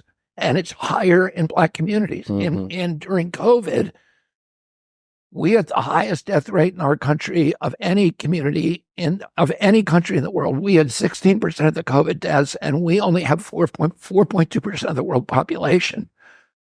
And the highest levels were American Indians, and then the second highest were American blacks. American blacks were dying of COVID at a rate of about 3,500, 3,200 per million population. In Haiti, 80 miles south of Florida, the death rate was 14 people per million population. They don't have good food. I mean, they don't have a lot of food, but they don't get the processed food. And the processed food is what is poisoning us, and the medicated, the pharmaceuticals. And so, my solution to that is, one, I'm going to get NIH to stop making drugs to treat chronic disease, and instruct them, spend their budget, $42 billion budget, finding out exactly the contaminants that are causing and then eliminating them. I'm also, my big Peace Corps program. My uncle started the Peace Corps. He started the space program. My space program, my Peace Corps program is going to be wellness farms, rehabilitation facilities that I'm going to start in rural areas all over the country, where any American can go for free, any of them who is dependent on drugs, either legal drugs or illegal drugs, psychiatric drugs, which every black kid is now just standard put on Adderall, SSRIs, benzos, which are known to induce violence. And those kids are going to have a chance to go somewhere and get reparented, to live in a community where there'll be no cell phones, no screens. You'll actually have to talk to people. And the model for this is a community that I had direct contact with because a family member of mine went there, and it's called San Padrigano's in Italy. That community is a 10,000-acre farm, and they grow organic food, so the kids eat very, very good food for the first time in their lives. They have a bakery, and the kids work in the bakery. They work in a furniture factory. They have an apparel factory. They have a wallpaper factory. They learn a skill. They learn a trade, and they can stay as long as they want for free. And when they leave, they're placed in a job, but they're taught how to be responsible, how to tell the truth, how to show up on time, how to be reliable, how to be a caring member of a community, to reconnect. So many of our kids today are alienated. They're dispossessed. They have no hope for their future, and the suicide rates are astronomical. Mm-hmm. Black kids now, they have the highest rate of suicide, and it's one of the highest causes of death among black youth. We need to give kids back, again, hope in our country, hope in their futures, but also a feeling of community and an understanding about how to live in those communities. Now, I went to this model is an extraordinary model, and my relative who went there had lost all her diagnoses, and she came out of there an extraordinary person and lives a thriving life now. But I visited recently another program in an urban area that's modeled on that in Salt Lake recently, and it's called The Other Side.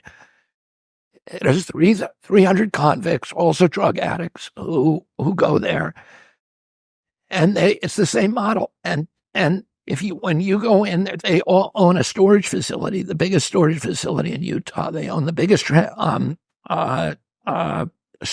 transportation company. They move houses, move you out of your home, etc. And they own a used clothing store that is bigger than a Walmart. And they work in there. They learn how to show up on time, how to cash a check, how to keep a bank account, how to be a reliable person, how to tell the truth. And at first, when they first started this, they told me they had a hard time placing people in jobs. But now there's a list when you go in on the wall of all the corporations in Utah, hundreds of them, that are dying to hire people from this program, because the people come out of there and they're extraordinarily productive workers. So they get a second chance at life. They get reparented. They understand how to have relationships, how to have intimacy, how to be honest, and have all these work skills, to take care of themselves, to steward themselves and their own lives. They're given sovereignty over their lives. I'm going to start these right now. The biggest industry in rural areas in this country is prisons. They're now mainly private prisons, which are a crime against humanity. And they're doing what you're saying. They're monetizing human misery, right? And they're not spitting out graduates who are now thriving. They're spitting out recidivists who are going to be back a year later.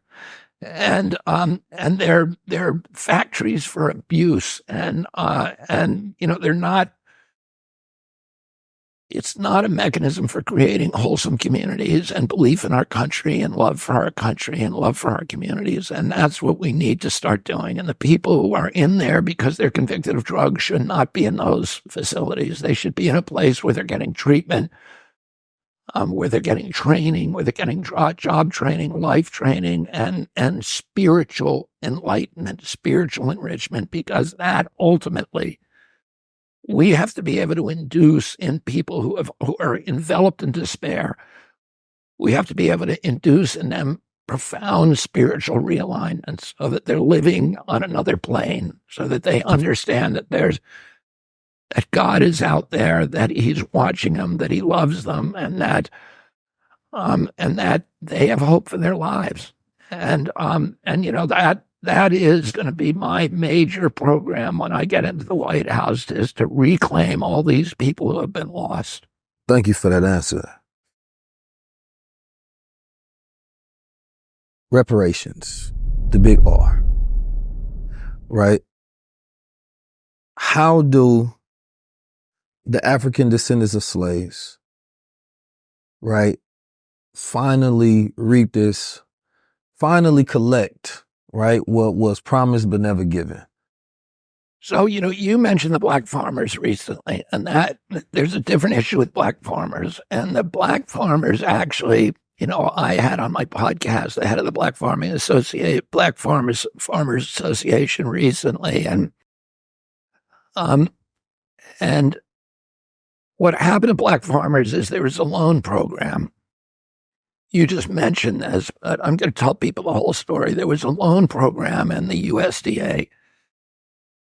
That program said, if you're a small farmer and you meet certain metrics, you are entitled to these government grants and government loans. They're two different programs. Black farmers, the guy who was running that program for decades was just an overt racist. And the waiting room would be filled with black farmers who were waiting to apply. They would never be given a loan. They would watch white farmers go in, cut in line in front of them, and pick up checks and leave in 1 minute. And ultimately, the Black Farmers Association sued the USDA. They revealed this. They had a jury trial, and they quantified exactly how much money had been lost to black farmers that they were entitled to during that period, and they never got. It was around $500 billion that they were deprived of, and the court awarded them that money.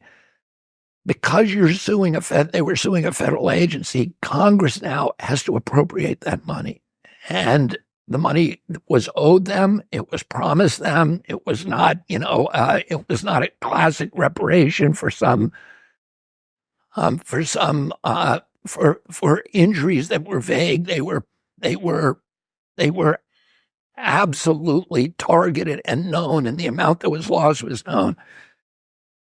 And what I've said, and Congress has refused to appropriate the money. So what I've said as president, I'm going to fight to make sure that money gets appropriated to that group. In terms of reparations for slavery and for Jim Crow, which I witnessed. I grew up in a state where a black man at a time where a black man could not marry a white woman or vice versa, where, I had a guy who was working for my family. Who was You said black man couldn't marry a white woman. Or vice versa, or a white man marry a black woman or whatever. I don't think there was no interracial marriage. We was tripping off of. In other words, interracial marriage was illegal in Virginia. Both parties would be arrested.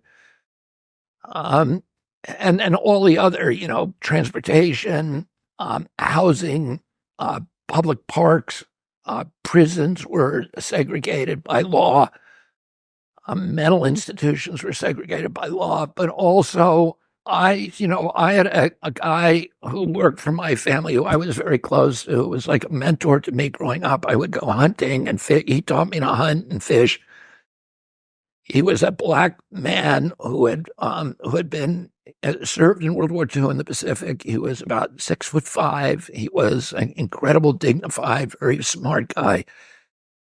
And he would take me hunting in Virginia, and, from when I was a little kid, and whenever we drove across the countryside, we would stop at restaurants, and I would go in and get lunch for us, and then I would bring it out and eat it in the car. And I didn't understand at that time until years later why it had to be like that, but that's what happened. And then I remember one occasion he asked me to come into town with him to a little village where we lived near called Salona Village, and to go into a store and buy shoes for him, because black people were not allowed into the shoe store. And once they tried on the shoe, they tried it on the curb, on the sidewalk outside the store. So they had to know their size.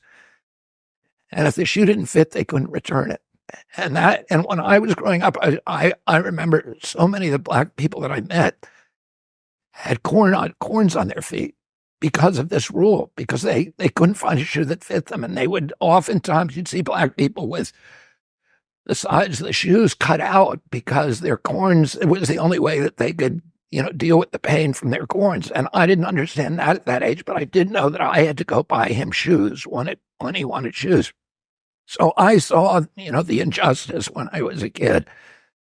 And, I'm very proud that the role that my father played and my uncle played in ending that system of Jim Crow, which was kept in place through unofficial intimidation and official laws, the Jim Crow laws that made it almost impossible for blacks to participate in the political process, to exercise their right to vote. And, I'm very proud that my family, partnering with Dr. King, played a key role in making this country, for the first time in history, a true constitutional democracy. I understand the moral justification for reparations. I don't tell people that I'm going to get reparations. People who do that are lying. And particularly, it's very easy for Gavin Newsom to appoint a commission. That's what politicians do, and they don't intend to do anything, but they want to satisfy the demands of the constituency. That commission is going to do nothing ultimately, and none of them will. And the reason for that is that the reason they won't do anything is because President Trump appointed a number of judges, particularly the Supreme Court, that have made it illegal to give race-based reparations to anybody. And Judge Roberts wrote the decision in the Harvard case, which is dispositive now. It is now constitutional law that says any kind of race-based benefits are, even in response to past bigotry, to past presence, to past deprivation, are illegal under the Constitution. Well, I don't tell people I'm going to do that, because I don't tell people that I'm going to do things that I don't believe that I'll be able to accomplish. What I say is I have a program, which is a program which we call targeted community repair, where I am going to funnel and incentivize the transfers of capital to these communities so that they can rebuild themselves.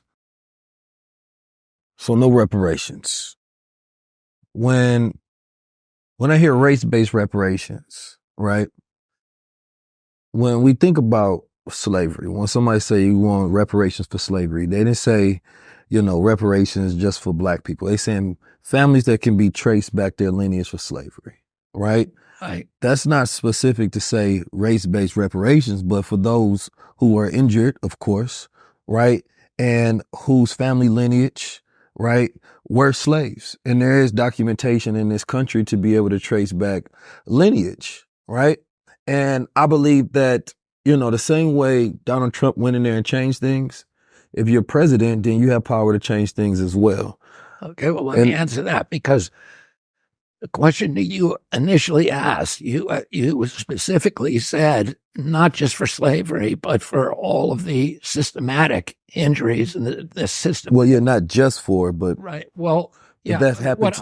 Those just happen to be the people, right? We just happen to be the people who they're going to be given to. But if we don't have to put black on there, I'll just say descendants of slaves. Oh yeah, but you had originally asked the question about that addressed all of the subsequent, right? Because I was giving you additional cases, the subsequent systematic stripping of wealth from black communities in this country. Because after slavery, there was a lot of wealth in this country in black communities.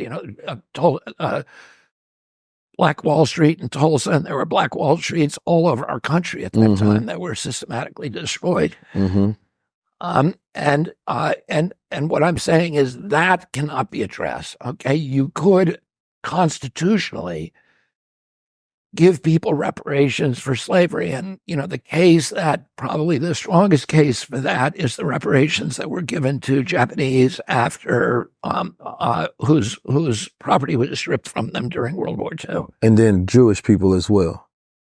In what case? Through Israel. through America funding Israel. Oh, well, that is not, nobody calls that We reparations. don't call it, but however it needs to get Yeah, done. I mean, I don't think we're married to the word. We married to the rewards of getting the compensation. Yeah. What I would say is that slavery, the legacy of people who can show their slaves, that you could technically bring a case and on that issue. Because those are Americans. Right. And that constitutionally it would be permissible. But then you would have to get Congress to appropriate that money. And my own experiences, I just related to you with the black farmers, is even when it is a specific, quantified, with a jury trial, giving an award for specific money that was stolen, even then, a direct, provable injustice to specific people, even then Congress won't appropriate the money. Oh, what I'm saying is that, yeah, you could, you can do that heavy lift. Somebody could bring that lawsuit. It wouldn't be the president. It would be somebody bringing that lawsuit. And then the president could say, here's a bill, and I'm going to put out and make sure that judgment gets paid. And then you would have to get it through Congress. And I'm telling you that is, I don't believe that is going to happen. We can't even get Congress to appropriate the money for those farmers who were, with injustice, those specific individuals, not to their ancestors, but to them in particular. And Congress still won't do it. So what I'm trying to do, and I do this not just with every community. I don't tell people things that they want to hear. I tell people things that I know that I can do without Congress. Well, speaking of that, Trump runs on a populist agenda. He tells people what they want to hear. He tells people what they want to hear. Yeah. How do you beat somebody? How do you beat somebody that's telling people what they want to hear? He throws things out there, and people, he gets the information on what the people are talking about. Right. And then he reverberates that same communication, and whatever sticks, he doubles down on that. Right. Right now, America is completely divided. Right. No matter what answer that you give on reparations, Black people will not be satisfied until there's a solution-based way of going about getting that done. Well, then there's a check. Right. Because that has to be done, because we see so many things that we think will never get done. The money that goes to Israel, the money that goes to Ukraine, the money that goes to so many different things that get funded, our military industrial complex, right? There's just not a willingness to compensate Black Americans. But moving past that, as we talk about bringing America together. How do you get the people together, right? If you're not going to run, and you're not going to run on a populist agenda, right?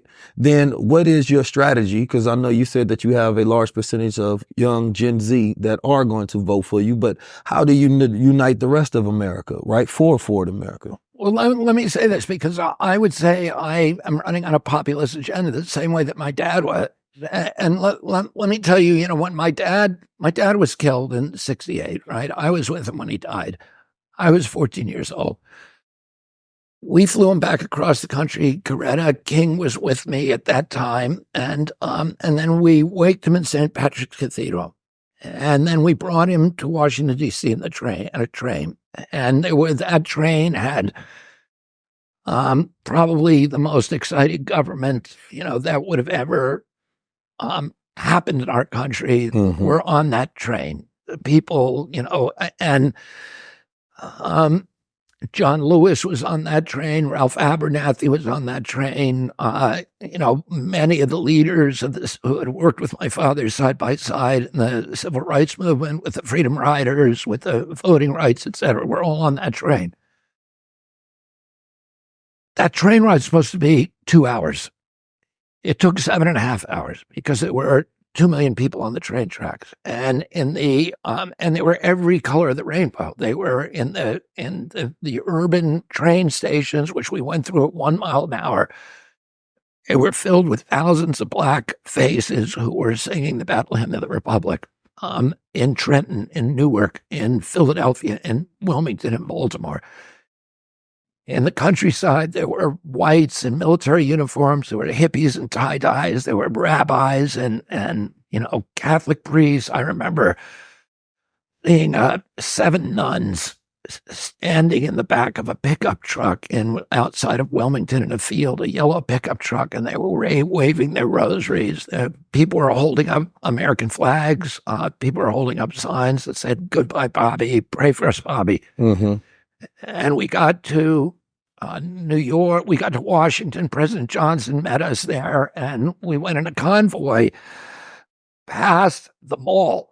Now, the last campaign that my father had worked on with Martin Luther King was called the Poor People's Campaign. And my father had said to Martin, the Vietnam War is destroying the poverty program, it's bankrupting the poverty program, and that, we need to do the same thing. My father had worked with Dr. King on the March on Washington, the Civil Rights March, when he gave the I Have a Dream speech, and he said, we need to do that again, but with poor people. And the two of them worked together with Marion Wright Edelman, who was working for both my father and Dr. King. And they brought thousands of poor people to Washington, and the intent was to camp on the mall until Congress acted. So there were hundreds of shanties and plastic houses that were on the mall. And when we drove past them, all of these men came to the side. About half of them were black. They're every color of the rainbow. And they stood silently on the sidewalk with their heads bowed and their hats at their chests. And we drove past them and then over the bridge and up the hill. And we buried my dad next to his brother under a small stone. So it was all the color of the rainbow. It was, the entire cross-section of the American experience that I had seen in political campaigns all my life. And 4 years later, I was in Boston at college studying history, and I read demographic data from the 1972 election, so that was 4 years later.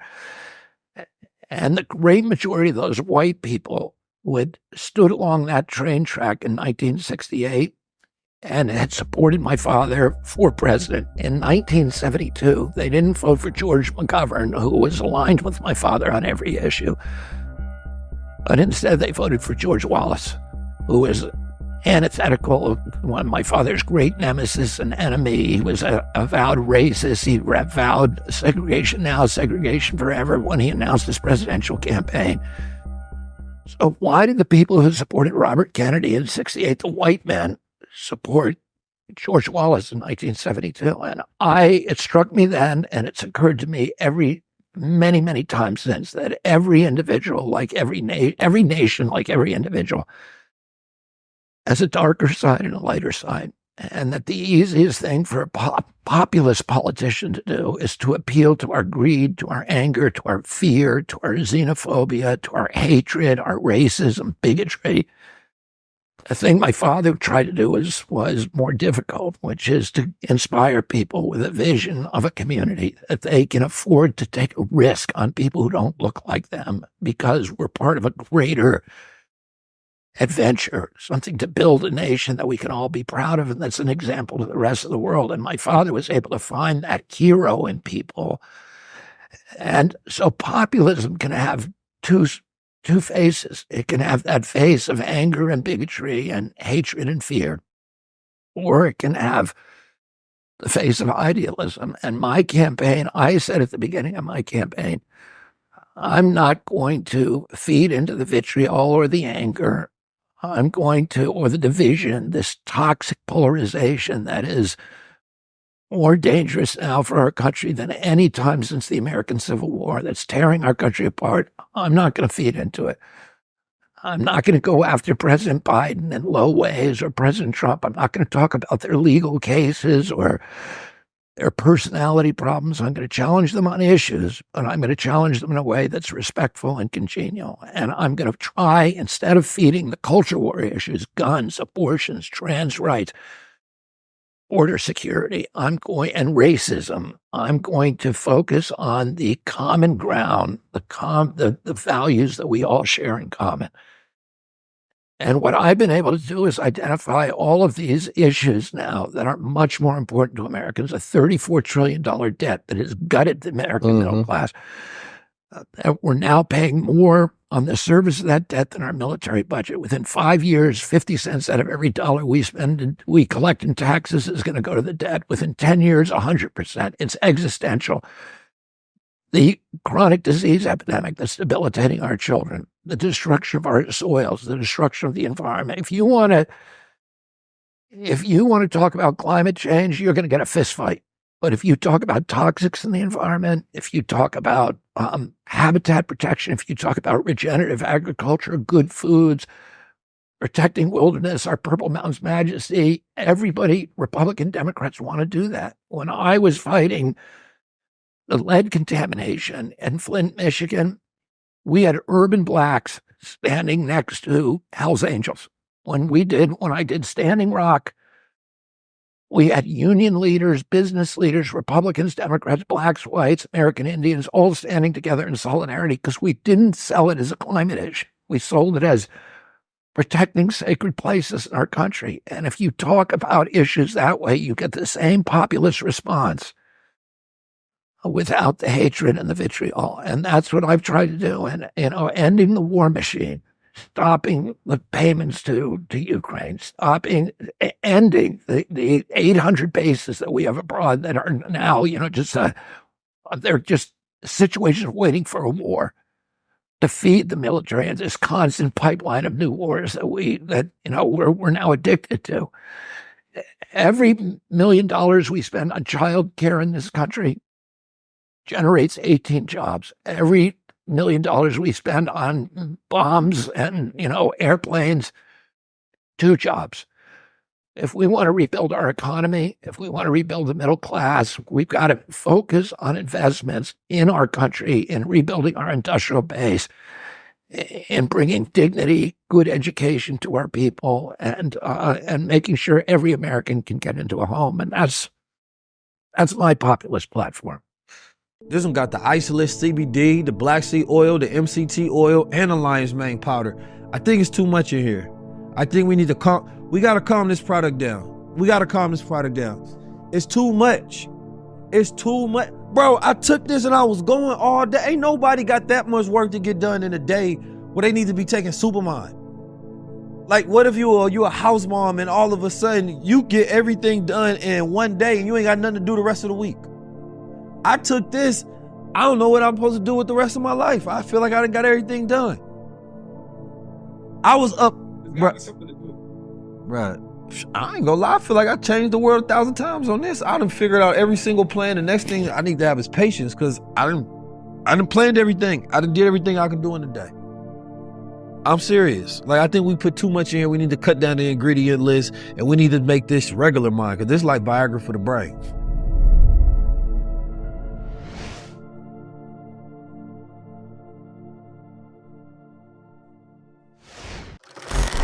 But small business is being eliminated systematically. And all the wealth is being moved up to these big corporations and this new oligarchy of billionaires. It's calling all the shots because they control Congress. And what are your thoughts on Bill Gates? Bill Gates, I wrote a book about him. And, I can't look into his head.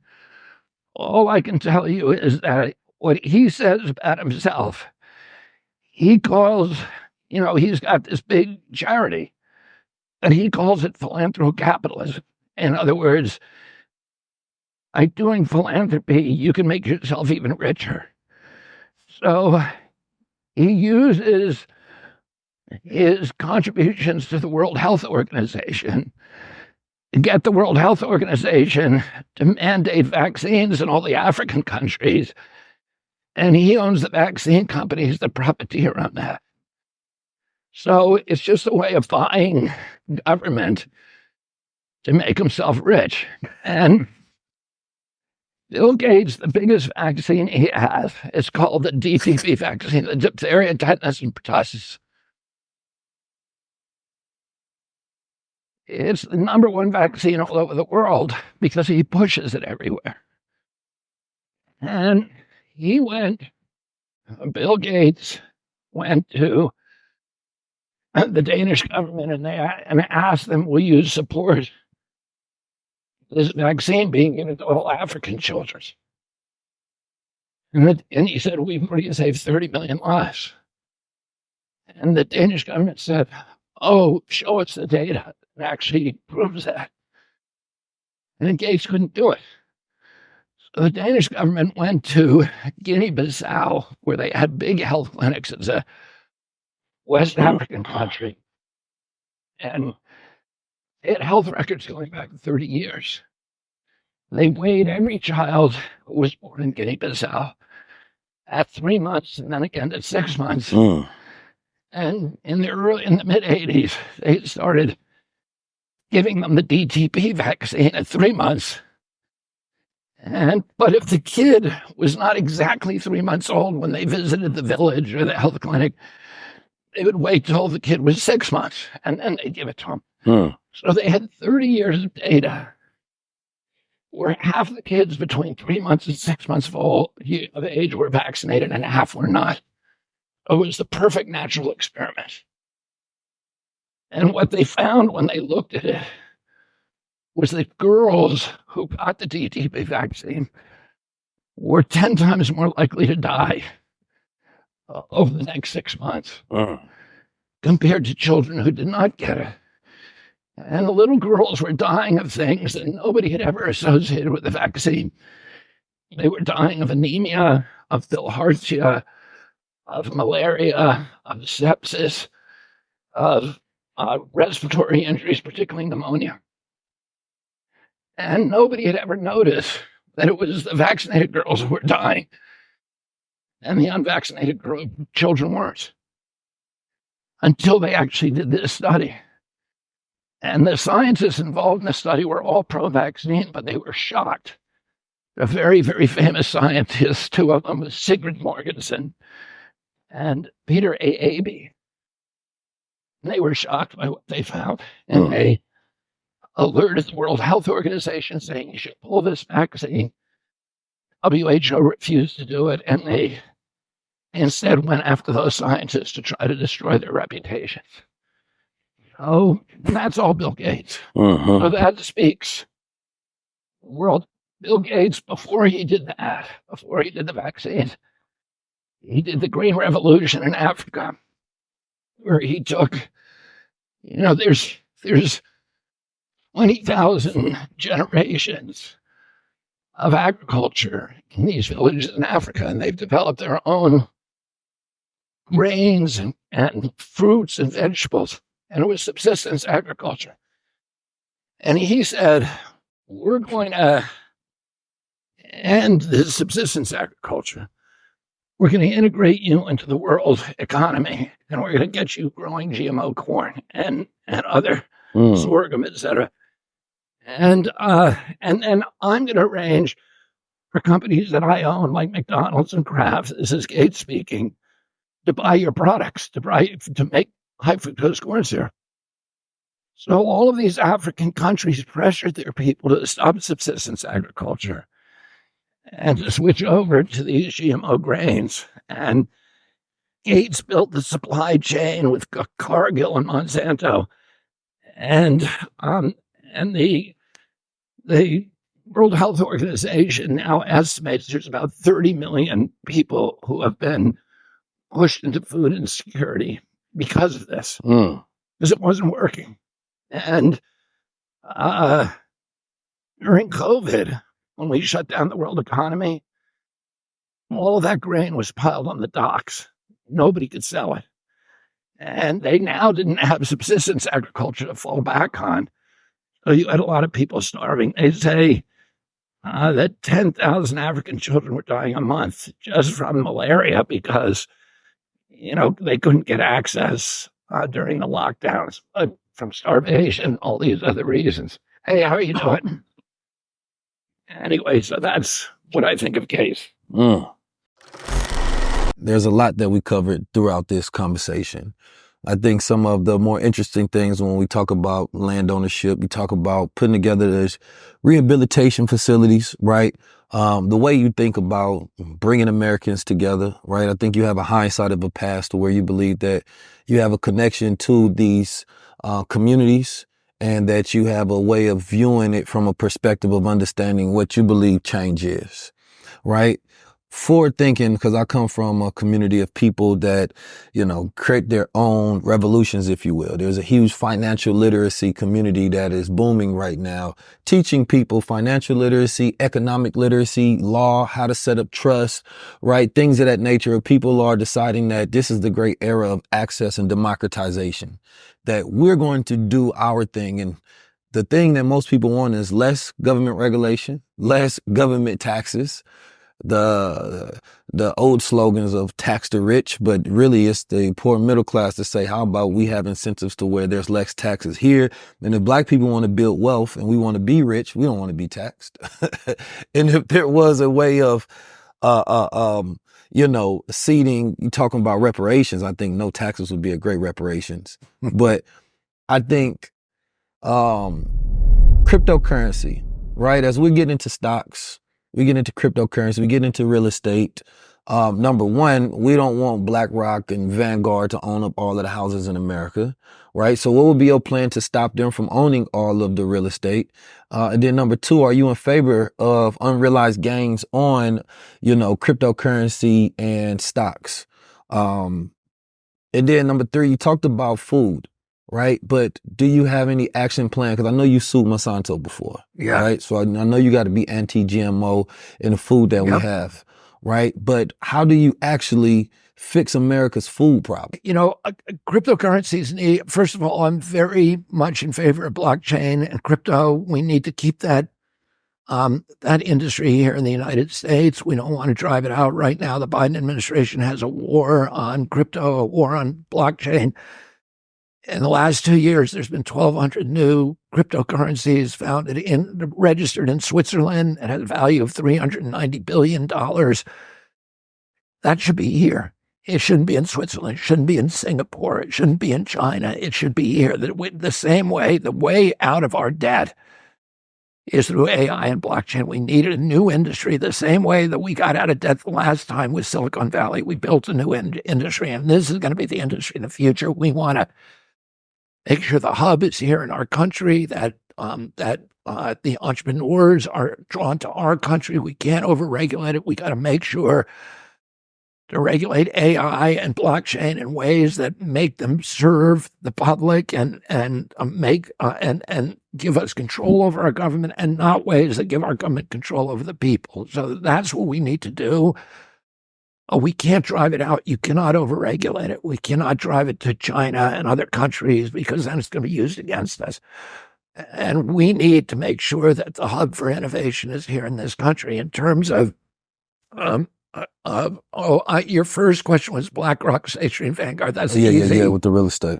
Those companies now own 88% of the S&P 500, and they are now trying to buy all the landscape, the farmland, and the single-family homes. I'm going to make it illegal for them.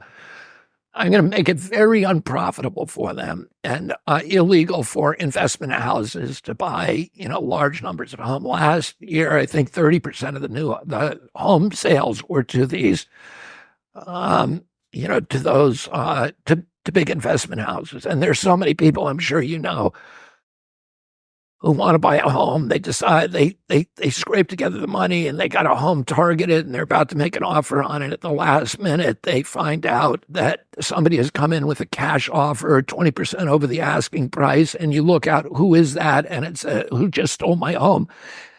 And it's a LLP with an ambiguous name. And when you follow the strings, it brings you back to Vanguard, Fidelity, State Street, and BlackRock or Blackstone. And there's a bill right now before Congress that I've strongly supported that would make that illegal. I'm going to make sure I do everything that I can to get that passed when I'm president. I'm going to use the bully pulpit, use all of my legislative skills to try to make that happen. In terms of unrealized gains, we need to regulate crypto in this country and Bitcoin in ways that are unique. We need a new format for regulation because during part of their lifespans, they behave like commodities, and other parts they behave like securities. And one of the problems is I want a country where people can use Bitcoin transactionally. So if you want to go buy a beer or a newspaper, you can use your Bitcoin. And right now, if you do that, you have to pay taxes if there's been an unrealized gain. Mm-hmm. If you bought Bitcoin at $20,000 a coin or whatever fraction of that you're buying it, and it's now $40,000, you need to pay taxes every time you spend that money, and you can't use it transactionally. Oh, I'm going to change that so that we can use it transactionally. It's tricky, Keys, because the biggest Bitcoin owners now are BlackRock and then other billionaires, and you don't want to give them a huge windfall. So we may say on transactions under a certain amount, $1 million, or people own $1 million, that they don't have to pay capital gains on any increase. The same as if I had Canadian dollar and if I bought some Canadian dollars and their price went up against the American dollar, I don't have to pay taxes on that. Or gold, because people compare it to digital gold. Right. And I'm also, one of my programs is to encourage the proliferation of cryptos, because that gives the American public a hedge against inflation. It means you can hold on to the money that you've made. It's not going to be stolen from you to pay for the wars. Inflation, that's how they pay for wars. And it's a tax on the middle class, and a tax on the poor, a tax on people on salaries and fixed incomes. And if they have Bitcoin, if they have, other cryptos, they can hold on to their money, and the government can't spend it without asking them permission. So I love them. I want to make them so that they're used transactionally. What do you think about CBDCs? I'm against them. They're going to be used to enslave us. And, I watch this. For people who don't know, these are central bank digital currencies, and it basically is a way to get rid of paper currency and put us all on credit cards. This is what China's done. In China, people don't use currency much anymore. Your currency is your face. Right, the social credit system. Yeah, but it's your face. You go, your face is recorded everywhere through facial recognition. When you want to go buy groceries, you show your face, and it can go on your and you then are given a social credit score. And if your social credit score, if you do something wrong, your social credit score drops, then you're limited. The government can do what they call programmable currency. So maybe if you're not wearing a mask on a mask day, or you're wearing it under your nose, or you get too close to your girlfriend on a social distancing day, and you're spotted by facial recognition cameras, your social credit score drops, and now your credit card, which is your face, will only work at grocery stores within, a certain walking radius of your home. You can't buy gas. You can't buy an airplane ticket. You can't buy anything else. You're under house arrest. I saw that in China firsthand, but I also saw, and then I thought, well, that may happen in the United States at some point. It'll be 100 years. But then during COVID, we were embedded with the truckers, and the truckers started this protest movement. They started in Alberta, and they went all the way across the country to Ottawa, to the capital. And all they wanted to do was exercise a right that we all take for granted, which was the right of petitioning their government, the right of assembling. And it was a very friendly protest. The truckers in Canada are black, they're Asian, they're every color of the rainbow. It was like Woodstock. They were playing music, they're picking up garbage, they were handing out water and lunches and food to people. And it was a joyous, kind, wonderful demonstration. The Canadian government under Justin Trudeau said, this is a danger to our country. These are right-wing, terrorists. And they gathered information from facial recognition systems and by taking down license plates, and they shut off the bank accounts of those truckers. PayPal, they had raised $10 million. PayPal wouldn't let them access it. the banks cooperated and said, we're not going to allow them. So these truckers couldn't use their credit cards. They couldn't buy gas. They couldn't buy diesel. One truck, they couldn't buy food for their kids. They couldn't buy, they couldn't pay their mortgages. One trucker told me that he was going to jail because he couldn't pay his alimony. Because the government never charged him with a crime. They certainly never convicted him. They just shut off his bank account. And at that point, I realized, okay, this is why they want central bank digital currencies, because they can control us all. And that transactional freedom is as important as freedom of expression. The framers didn't put it in the Constitution because they never imagined any government would have this power. So now the government does. And if the government can starve you to death and get you so you can't pay your rent, it can enslave you. Because 99.999% of Americans are going to say, I'm going to keep my mouth shut. I'm not going to criticize my government because they may shut off my bank account. And that's total control. It's total slavery. And I'm against it. I'm against it as well. So I know we got to get you out of here. But I just have one last thing. We didn't go over the food. Most people don't trust the FDA, right? No. I've sued all these agencies. The reason I feel I can reform the government is because I've litigated against everyone. I've sued CDC probably more than any other attorney, NIH, FDA, EPA probably more than any other attorney. I've sued the Department of Agriculture repeatedly and big food, big agriculture, factory farms. I'm engaged right now in litigation involving the U.S. Department of Transportation because I'm representing 1,000 families whose lives were upended by the Norfolk Southern rail spill, which is a direct result of agency capture. I've sued FCC on cell phone radiation and won in front of the Court of Appeals, where the Court of Appeals ordered them to go back. They lied to the American public about the dangers of cell phones. So what I'm going to do when I get in there is I'm going to go to NIH my first week after I pardon Julian Assange and Edward Snowden and Ross Ulbricht and Steve Donziger and other heroes of the First Amendment and insurgents against corporate, this corrupt merger of state and corporate power. I'm going to go to NIH and I'm going to say that NIH has a budget of $42 billion a year. It gives that money to 56,000 scientists to do studies. Right now, what they're doing is they're developing drugs to treat chronic disease. So they're going to sell you your drugs for diabetes. When I was a kid, the average pediatrician would see one case of diabetes in his lifetime, in 50-year career. Today, 1 out of every 3 kids who walks through his office door is pre-diabetic or diabetic. And the drug companies, the NIH is paying universities and drug companies to develop treatments for diabetes. They're not paying to figure out why are all these kids the sickest kids in the world. I'm going to go in there the first week and I'm going to say we're going to give drug development a break for the time being and infectious disease a break for the time being. And we're going to find out why we have the sickest children in the world, why we have the highest chronic disease burden. Where is the diabetes coming from? Where is the Alzheimer's coming from? Where is the autism coming from?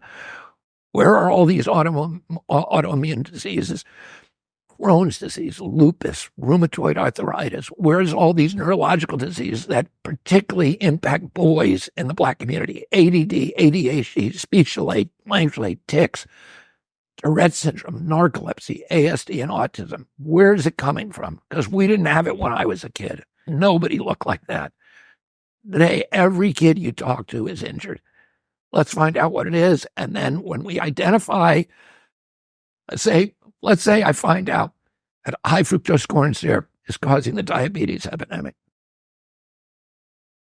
People will say, even if you knew that, they're too powerful. They've got Monsanto, they've got Cargill, they've got all the chairs of the agricultural committees. But here's how you do it. You do enough science that shows the connection, and then the lawyers come in and sue them, and they represent 100,000 kids who are obese and say, you did this to me. And that's what we did with Monsanto. Everybody told me you'll never get rid of Roundup. And I represented, ultimately, there were 40,000 home gardeners in my case. And we tried those cases one at a time. We tried the two of them, Oakland. The first one, San Francisco, we won $289 million. I represented a black school superintendent who had been spraying Roundup on weeds, and he had gotten non-Hodgkin's lymphoma. He had pustulating lesions covering his whole body. We won $289 million for him. The second case in Oakland, we won $89 million. The third case, we asked for $1 billion. We won $2.2 billion. And Monsanto came to the negotiating table. They settled the cases for $13 billion, and they agreed to remove glyphosate from home gardening products. So you can do it. You just need to put the science out there, and that's what I'm going to make sure. You are very interesting. You know, like I said, when I first came across you, seeing some of your social justice work, right? Seeing you fight for transparency with the vaccines, right? Talking about, you know, the effects that it has, right? Specifically on Black children, right? I remember Riza Islam delivering a lot of that information, and you work with Tony Muhammad, as you spoke about earlier, with that documentary, right? And you've lived a life to where you fought, right, a lot of these actors that we know are to be corrupt, and they're completely profit driven, right? And they're profit driven, right, at the detriment of the people, right? And now we live in this America to where when most people think about America's future, they think about it in a very black, dark way, right? It's no longer that home of hope that people were given the illusion of, if you will. Right. And that's because we know so much now about how the systems work. We can't, you know, pretend that we don't see it anymore. How the justice system work, how Big Pharma work, how the market works, right? We see what's going on with Roaring Kitty and the GameStop. And I see you bought a little GameStop. You might be up a little bit right now. Did you buy some? Yeah, I probably did a little something. I keep my eye on it. You feel me? But I think that there's an interesting approach that you're taking, number one, because you are going on all these different podcasts and you're making yourself vulnerable to the people to have these discussions on these independent media, right? Public platforms, right? And I want to get to know in the last part, if you can give me, you know, the soul of a man. I heard you talking about, you know, what is God to you and things of that nature. And I believe that, you know, America today feels very godless. Right? No God in the classroom, no God in the politics, no God in the decision making from top up to top down.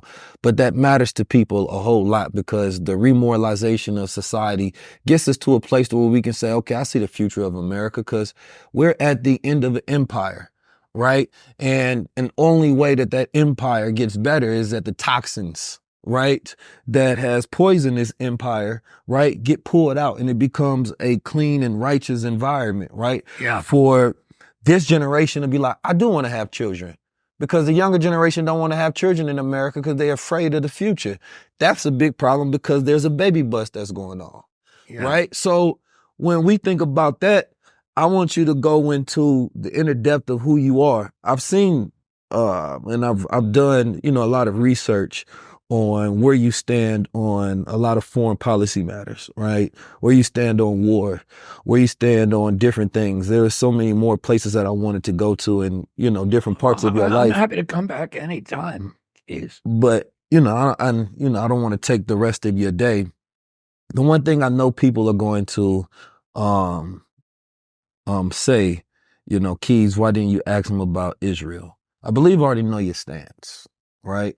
From the videos that I've seen and the interviews that I've seen, you seem very pro-Israel, in my opinion, right? So I don't really want to waste my time going down that rabbit hole. I would say I'm more pro-Palestinian than anybody, but I don't conflate Hamas with the Palestinian people. I've been to Ramallah. I've met with the Palestinian Authority. I've met friends in Gaza. I have friends all over, Palestinians all over Israel. I'm doing a regular podcast on the path to peace where I have an Israeli and a Palestinian.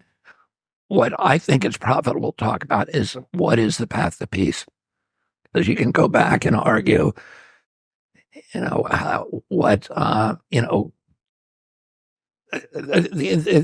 put everything in the context, and I can talk about that all day. I know the history back and forth, but I think The most profitable discussions I'm having are with people of good intent and goodwill who want to figure out how do we foster peace? How do we have a peaceful relationship that's going to bring prosperity to the region, that's sovereignty, the Palestinian people's dignity, and allow them to choose their own future? Yeah, I mean, that seems like a tough thing because I don't see America having that much power over the decisions of Israel. Yeah, I don't either. I look at almost every president that comes in as pro-Zionist, right? I think that that's embedded into the fabric of this country at this particular point, right? I think the only thing that the young people that's fighting on the campuses and the people that's all around the world that is fighting to have a voice, they do want to know, where does this go? Because they look at this as a World War III type of scenario, right? They look at this in our lifetime to where you see innocent civilians die and no amount of casualties is okay. And the amount of casualties that we see in this war has already surpassed, right?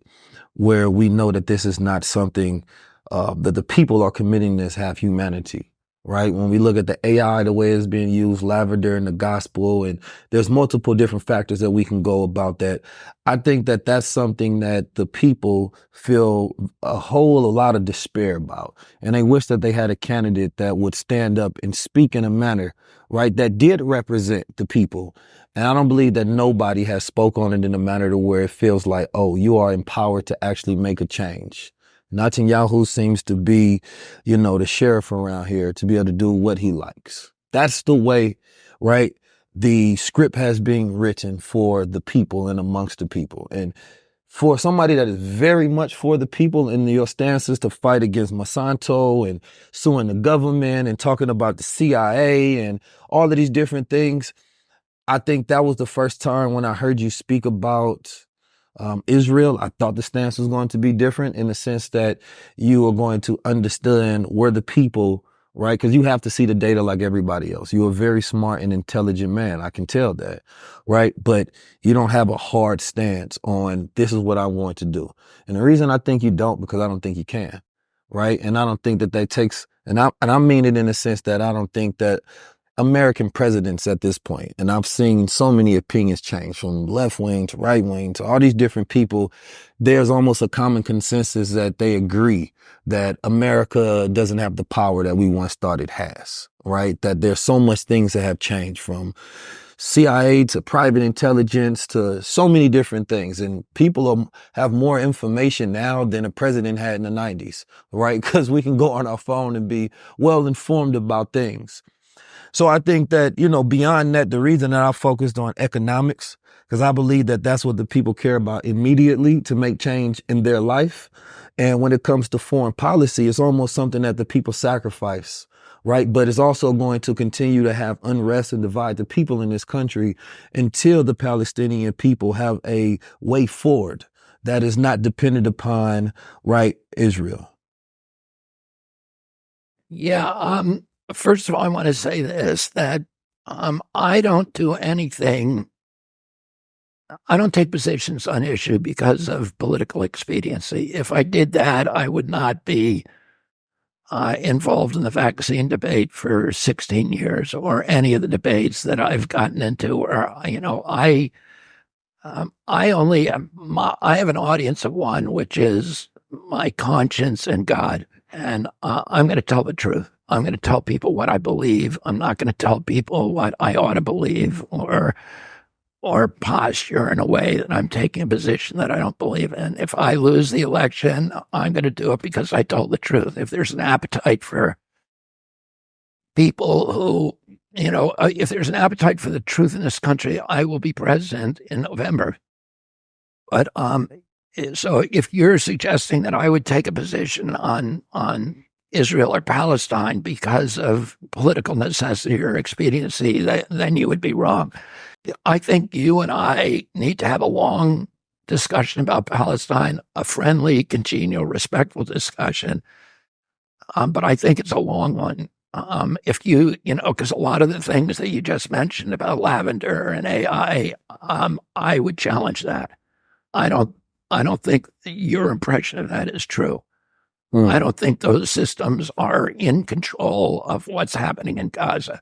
I don't think they're in control, but they have been audited and seen that, and they are the reason that there's a disproportionate amount of casualties in Gaza, which is one of the highest casualty wars. That story is challenged not only by the Israeli government, but by people who are directly involved, who are, to me, are very reliable people. Colonel Remper, John Spencer, who runs the Institute for the Study of Urban Warfare at West Point, who's been in the proportionality hearings in Israel, and the claims that those were being used in that way, to create proportionality calculations that you can kill a head of Hamas for, and it's worth 40 civilians. That, by every reliable metric, is not happening. The person who has been promoting that has not been able to source it. He's been either unwilling or he's just unable. He's been repeatedly asked to source it, and he said that he got that information from interviews with 2 new recruits who would not know. What I would say, everything he's about this conflict is in dispute, and everything can be disputed, and all the assumptions on both sides should be questioned, and all of the propaganda that is filling the airwaves about this conflict has to be questioned and parsed and disputed. And that's what I do. I go deep and I look at, and I have my own issues. I respect other people. I think the place we want to end up is the same place, which is to end the war machine in our country, to make sure that the killing stops, that this heartbreaking tragedy of what's happening to particularly children in Gaza, that it stops, that is, so destructive to all of us. The question is, how do you do it? What is the road to do that, to minimizing? I understand that particular subject is a lot to unpack. Yeah. Right? And like I said, I've seen your interviews previously about this particular subject, which is why I didn't spend much time harping on it, because I know my people conditions really deal with economics. Well, but I'm happy. And I want to focus on that. I'm happy to come back another time and just talk about that if you want. All right. So let's end this on, what type of leader will you be, in a sense? How will you be led? When you want to be the president, that's a massive position and undertaking, right? They lead up to a decision. Is it because your father or your uncle? Is it because of your father? Is it because you believe you are a man that's chosen for a mission, right? Once you get into that White House, right, I want to know who and what are you being led by that's going to guide you, right? Because when I think about presidents, and once you're a leader of something, you have to battle within your own light and darkness to make the right decisions, right? So from what place are you going to be making those decisions? I think I have a clearer idea of what I'm going to do in the White House than probably any other president in modern history, probably at least since Clinton. I think Clinton went in there with a clear idea. I think my uncle went in there with a clear idea. I think even Nixon went in there with a pretty clear idea of what he wanted to do. I have a very clear idea of what I want to do and how I'm going to do it. And what I would say is that if I go in there, everything's going to change. Everything is going to change. I'm going to, I know when you sue these agencies, you get a PhD in corporate capture and how to unravel it. I know how to unravel a war machine. I know how to reform the CIA. I know exactly what I'm going to do with the CIA, which was what my dad was going to do and what my uncle was going to do. I know the particular individuals in many of these agencies, in NIH, EPA, and CDC, who are corrupt, and who I will move immediately. I know the perverse incentives that put corporate capture on steroids that I will change. 50% of FDA's budget comes from the pharmaceutical industry. We can't do that anymore. They're working for pharma. They're not working for us. Scientists at NIH are allowed to collect royalties on products that they regulate. That is just a recipe for corruption. We need to end that. And, they have those kind of reverse incentives in all the agencies. And I can't wait to get in there and change those. Okay. Family, I think that this particular election is going to be the most important election throughout human history, specifically the history of, I would say, American history, because I believe that we are at a turning point, right? I don't see where the people come together, right? And, they say where there is no vision, that's where the people perish. And I think when I look at the candidates that we have today, right, I think it's important that we look at Robert F. Kennedy, because most people are complaining about Trump and Biden, and they saying that these are the choice between the two evils, right? So I believe that you have to look across the full spectrum, and that the opportunity that we have is either taking the ideas of what we've been told and programmed, right, and believing that that's going to be our future, or we have a people's future. And the people's future is where you really put stock in your own mind. You put stock in your own abilities, right? You put stock in your ideas for the future. When I think about Black America's future, I always talk about decolonizing the future, meaning that the ideas that you have in your mind about what is to be are not your own. So you have to come up with your own. I haven't been somebody that has historically championed presidential elections, because I've always believed in the idea of vote for yourself first and preside over your own affairs. When it comes to big government, when it comes to pharma, when it comes to the companies, I see us, pushing information all the time about the issues and the problems and things of that nature. I believe that there should be a continuous approach, regardless of who becomes president, to constantly challenge these issues. But I want people to understand that the power is in the people. I want to thank Robert F. Kennedy. He's the first politician that I had up here that, spent a length of time, giving us what your policies will be, what your solutions will be, what your background, what your history is going to be, and what you believe that the vision for the future is going to be, right? I just want people to have faith in themselves, because you have an uphill battle. If you were to become president, you got to go to war. And you're at war with, entities that have tentacles so deep into this country that you're going to have to uproot those things. So there's no, sunshine tomorrow, right? There's an uphill battle, regardless of who becomes, whether it's president, whether it's Trump, whether it's Biden, whether it's RFK. And I think that, I want us to just think about what we want the future to be. That's the only thing that High Level Conversations is here for, is to get you to think. Because I think a thinking man and woman is the most dangerous, right? And the most uncontrolled one. And if America had a future that I would respect, it is a future where the citizens of America know how to think for themselves. So this has been your High Level Conversation. If you have any questions, make sure you reach out and tap in. If you want to do any more research on a candidate, make sure he has a million interviews out there. And if I didn't cover something, I'm sure that there's a question that someone else has already asked that has been covered. Thank you all for watching High Level Conversations. I want to thank you and your campaign for showing up today. Thank you so much, Keith. Absolutely. I'm 19 Keys, and this is High Level Conversations. Tap in with the guys. What direction are you going to take this country? Like I said, Amechi has sent me a plethora of interviews about Israel, so I know what his stands are. So I don't want to sit there and debate a man when I already know where he stands, right? That's my belief particularly. And as I was talking to some of my peers that I reach out to and ask them, what would you ask? A lot of them kept coming back to economics. Right? What you gonna do for the middle class? Where's the opportunities, right? What is the future of AI and the reskilling of America, right? Then it kind of goes into what kind of man are you, right? Are you a part of the elite class? Because you do come from an oligarch family, an American oligarch family known as the Kennedys. Even though that, your family is not backing you in this particular race.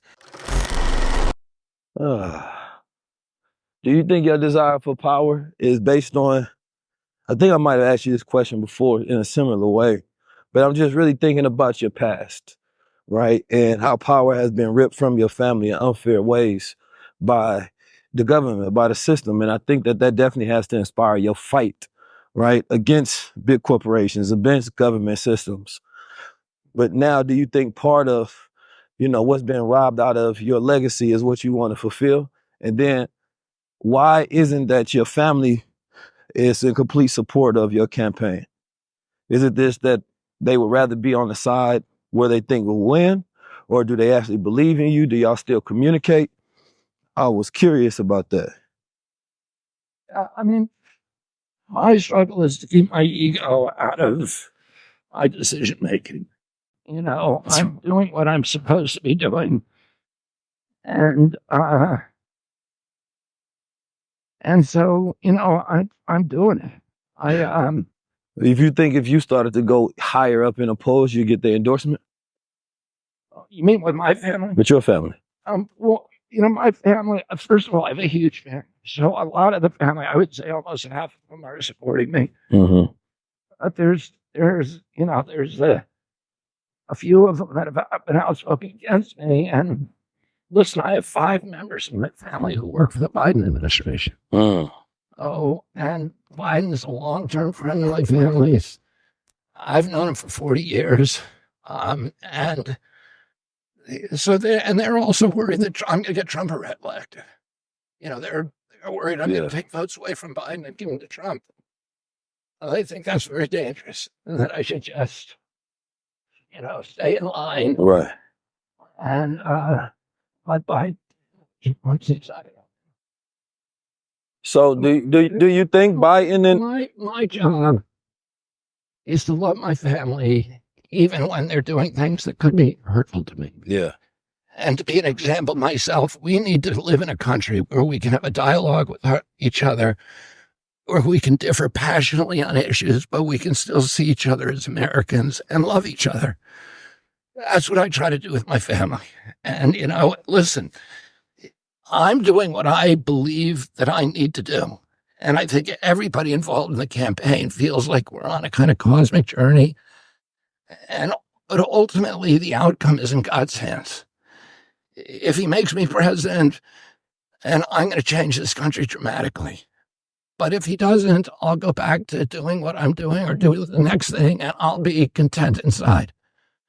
I'm not, I feel like I don't have the ego in this decision, that I'm pushing the rock up the hill because that's my duty. I don't know if I told you this story, but my dad, about 2 weeks before he died, gave me a book by Camus, who is an existentialist. The book is called The Plague, and it's about a plague that is ravaging a North African city, and the city's under quarantine. Nobody can go in and out. The plague is killing everybody. It's highly contagious, and a lot of this book takes place in the mind of a doctor who's locked in his bedroom. He knows if he goes out, he's probably going to get the plague and die. He's telling himself, we don't know how to treat this. We don't know anything about it. I can't help these people. And there's another part of him to say, your job is to go out and console people, even if you can't help them physically recover. This is who you are. This is your dharma. And ultimately he goes out. But Camus, who wrote that, was an existentialist. And they were the legates of the Stoics in ancient Greek and Rome. The Stoic movement was a movement that basically said, do your duty, embrace hardship, embrace suffering. These are gifts to us. The great iconic hero of the Stoic movement was Sisyphus. Sisyphus had done something for humanity, and he was cursed by the gods to push a big boulder up a hill and over the other side. But he could never get it quite over. When he'd get to the top, it would always roll back on him, and he was doomed to do that for eternity. So all day long, he'd push the boulder up the hill. When he got to the top, it would roll back on him and mangle him. And he had to spend all night walking down the hill. He'd shoulder the boulder again and push up the hill. In the mind of most people, he's a miserable guy because he's got to do that for eternity. But in the minds of the Stoics, he was a happy man. because he knew what his duty was and he put his shoulder to the stone, and the outcomes were irrelevant to him. He knew he had to push. It was up to the gods whether he ever got it over the hill. But his job was to be grateful and content and happy that he knew what his duty was. And my father gave me that book right 2 weeks before he died. He'd given me a lot of poems and books to read. Because he gave it to me, and he said to me with a special intensity, I want you to read this. After he was killed, I read the book multiple times trying to unlock the mystery of why he thought this was so important to me. But I understand it now. It's about moving your ego, about not having expectations in life, about taking what you're given, what the duty it is, and pushing the rock up the hill. And we've all got to push our own rock up the hill, right? So that struggle we need to learn to derive joy from, and use suffering and use challenges as touchstones for spiritual growth, and understand that every hardship we're given is not a crisis. They're all tasks, and they're tasks that are meant to get us where our Creator wants us to go, which is a stage of enlightenment. A stage of enlightenment. You're a very philosophical man, especially in your roundabout way of answering and viewing things. There's so many different things that kind of go through my head, and unless we have an unlimited amount of time, I can't really draw out all of the subjects that I wanted to draw out, right? So we had to have a high level over a bunch of different things. But what I want from the people that's listening, I want to ask you all, what do you think about the candidate now that he sat here and had these high level conversations? I will say that, they reached out to us. And I respect that. I've seen him on multiple Black platforms, right? I've seen him on multiple white podcasts, and he sat there and respectfully answered all of the questions. That represents something new. I endorse no candidates, right? I believe that local elections matter, and I believe that self-elections matter. You have to self-elect yourself to take care of your own business. I believe that America will always be a corporate capitalism machine. I believe that you do need people in there that are going not just say what you want to hear.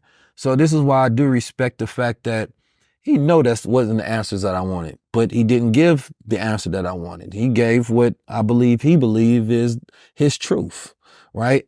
I'm not a person that likes to debate and going back and forth because I already figure out what a person is thinking. So for me, I only want the people to sit there and be like, all right, I get what his stance is on this. I get what his stance is on this. Either you got clarity or you didn't. If you didn't get clarity, then there's no reason to go with that leadership, because when a leader communicates, they should clarify, right? So you can make decisions. And so I'm at this place now where it's like, thank you for coming on High Level Conversations. And my only thing now is, what do you think? Because that's all that matters. What do the people think? I try to reserve my biasness, but it oozes because I have so much bias when it comes to America. I believe the moment that you get caught up in the belief that the political system is going to give you freedom, justice, equality, liberty, equity, that's when you have lost sight of, what's reality. Because I don't believe that it was ever set for that. The government is there to govern, your money and your mind. And if that's what you want them to do, continue to go down that path, go vote when it's time to go vote and go pick your savior. But this country gonna get ugly. It's gonna get ugly. I don't see a safe election coming up. I don't see a peaceful election coming up. I don't see a peaceful resolution to these wars and these issues and these problems that's going on. I will say a lot of the stuff that he talked about, I didn't see Trump talk. I don't see Trump talk about. I don't see Joe Biden talking about, right? Going against Big Pharma, going against these companies that's poisoning America, going against the FDA, suing these people. People voted for Trump because he's a business entrepreneur, right? President. That does go along with the populist agenda. And Black people want wealth right now. So when you start talking that wealth talk, we listening. Biden has not laid out any singular plan that we care about. He seems to be in this constant state of senility and defense mode, right? And they're still heavily just leaning on, I'm going to get the Black vote. Robert F. Kennedy decided to run as an independent, most people believe that he was just stealing votes away from Biden and is going to help the chances of Donald Trump, right? So for me, when I look at this race, whether it's him in the race or going against Biden, Trump seems like he's going to be the winner. Unless something radical happens in this country, right, where the people decide to, and he has this debate with Trump and Biden, and he makes them look silly on the main stage, and the people, something in them changes, but it's very hard to change MAGA country, because once people believe in Trump, it's like a religion, right? Same thing with Republicans and Democrats. So I respect the man's fight, right? I'm not in it to make friends. I'm not in it to believe everything about a man. But I will say this. I respect the fact that he went to the Nation of Islam, right, and helped them fight and give them information about, vaccines, right? Give them information about autism challenges, right? Challenge Dr. Fauci, challenge the institution. I respect the hell out of that, right? More than you know. And met Minister Farrakhan. He asked me to come out there. I think it was maybe in 2015, 2016, because he had read an article that I did about the disproportionate injury to Black children from certain vaccines, from the MMR vaccine. There was a study that came out in 2005. The chief author was a guy called Frank DeStefano. He's the head of the Immunization Safety Office at CDC. And he had done a study of Georgia children to look at the MMR vaccine. And during the course of that study, and there were 5 other authors, during the course of that study, they found out that Black children who got the vaccine on time, in other words, before 36 months, that they had a 2.5 times greater incident of autism than Black kids who waited or who didn't get it at all. And that Black boys had a 3.8, so 3.5 times, more than 3.5 times, almost 4 times the rate of autism than kids who waited or didn't get it at all. And so I had done and then the CDC had actually, the lead author was a guy called William Thompson, who's still at CDC. He was the senior vaccine safety specialist. And he had revealed this data. He had said, holy cow, this is really bad. And on a Saturday, I think it was September 12th, 2002, all of the authors were called to a conference room at CDC, and they were asked to bring their race-based data. In other words, all the data that revealed the race of the kids and that revealed this signal. They all went into that conference room, and when they got there, there were 4 giant blue garbage cans, and they were told to dump their hard drives and all the race-based data into those garbage cans and destroy them. And they published the study in 2005, and they pretended that data didn't exist. So they just lied to the public. The person who ordered it is a woman named Colleen Boyle, who was also one of the co-authors. She's the only co-author who wasn't there that day, but she ordered the destruction of that data. She's still running the vaccine division at CDC. So they just lied to people, and maybe 500,000 Black kids have gotten autism since then. And, the indicators from this study is that a lot of the vaccines have a lot to do with that. So I had written an article about that, about this study, and I got contacted by Tony Muhammad here in LA. He asked me if I'd be willing to go out and talk to some physicians and other health experts of the Nation of Islam in Chicago. And I went out there and spent a day with them. And it was very enlightening with me because I saw also the concern that the discipline that you talked about, and, everybody wearing suits, everybody looking very presentable, people. I learned for the first time that if you own a gun, that it is grounds for expulsion from the Nation of Islam. And that and also the health issues, which had a big impact on me because Tony Muhammad, who looks really good at his age, and everybody looked good. Everybody looked incredibly healthy. And they said that they were only eating one meal a day. Mm-hmm. And it got me interested in intermittent fasting, which I do to this day. Yeah, I think it's really had a huge impact on my health. That's where it comes from in America. Intermittent fasting comes from Elijah Muhammad when he wrote his book, How to Eat to Live, part 1 and 2. And then he popularized it in America because he had a list of dietary restrictions, what to eat, what not to eat, what were the effects of it. And, 1 meal a day was best prescribed. And, since then, a lot of practitioners and health science has picked it up, but I believe he was the most influential in that particular category. I'm also a heavy thinker in the realm that you have to remain objective about everybody, right? Because it's not what you know, it's what you don't know that can hurt you, right?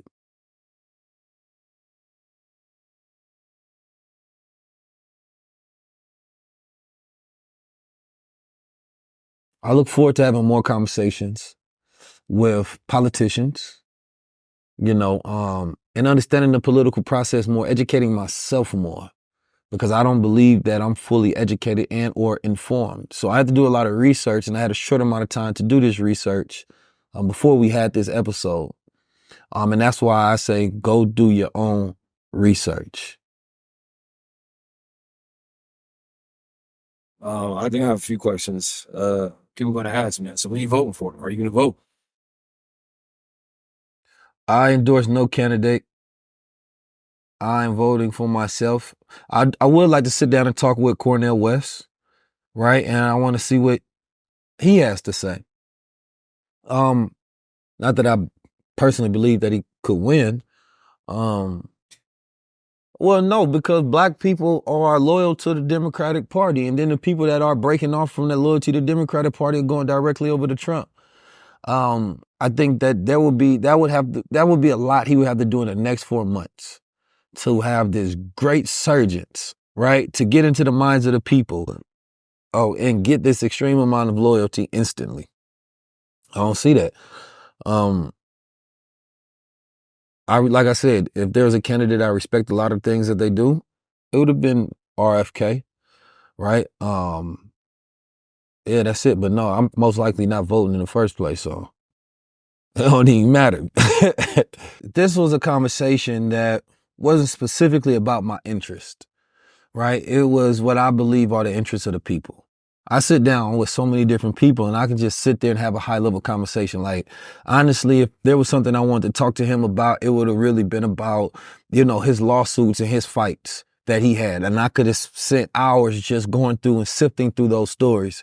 But I know that there's so many other things that's on the mind of the people about, like, who is he, right? And when you start getting into politics, right, you're going to offend people regardless. Right. There's going to be people on both sides of the aisle, people that don't even want me to talk to him, people that don't like him before, people that said that you didn't go deeper on this enough, right? You shouldn't have talked on this. There's going to be all of that. So in this one, I wanted to try to see if I can get as well-rounded amount of conversation as possible to where at least present your mind on these subjects, right? I can't pin you down to force you to answer a certain way, but I want the people to listen and be like, okay, this is how he thinks, right?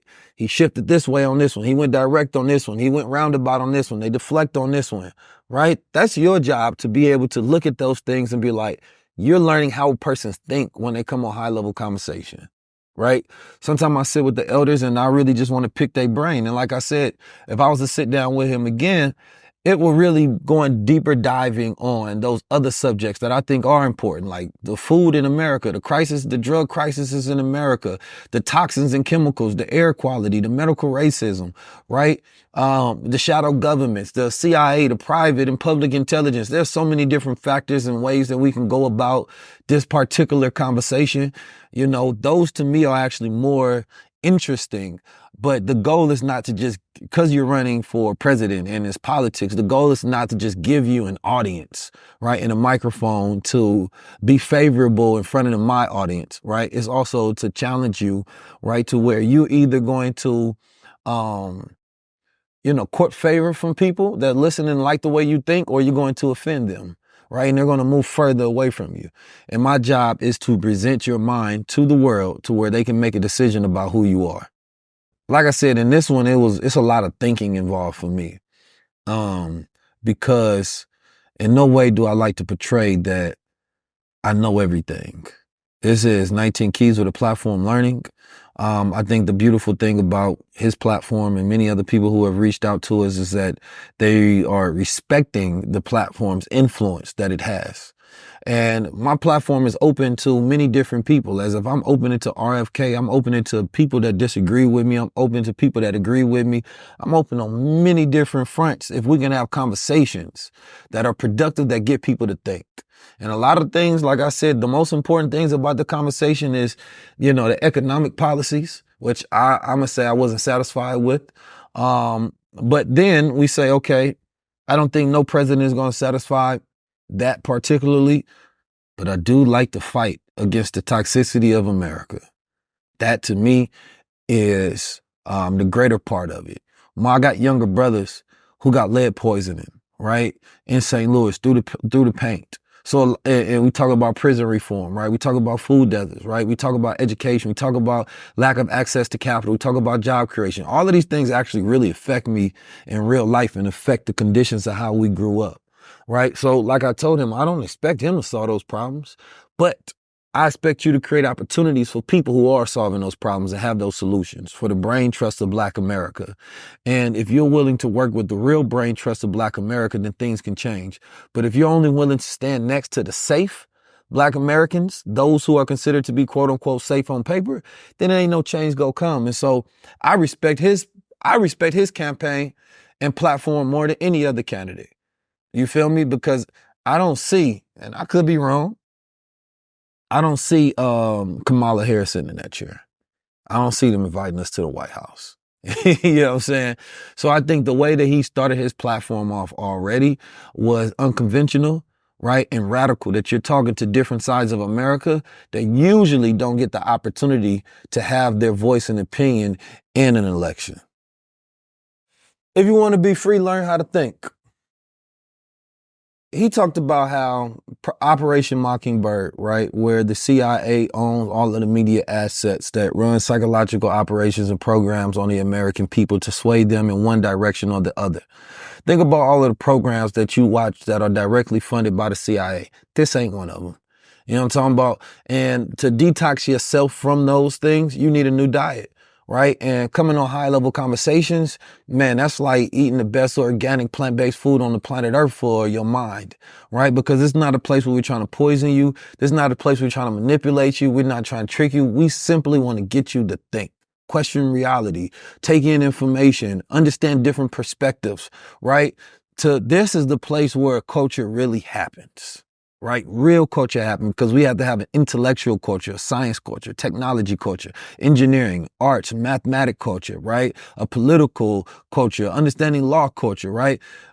We talking about, like, for me, I believe that, being the voice of a generation, right, is very important because everybody's afraid to speak up. There's so many people that's out there right now that's watching this and they believe that they should be in this position. And our goal is to create a platform for all of you all. We can't do it immediately, right? We don't have any outside funding or budget.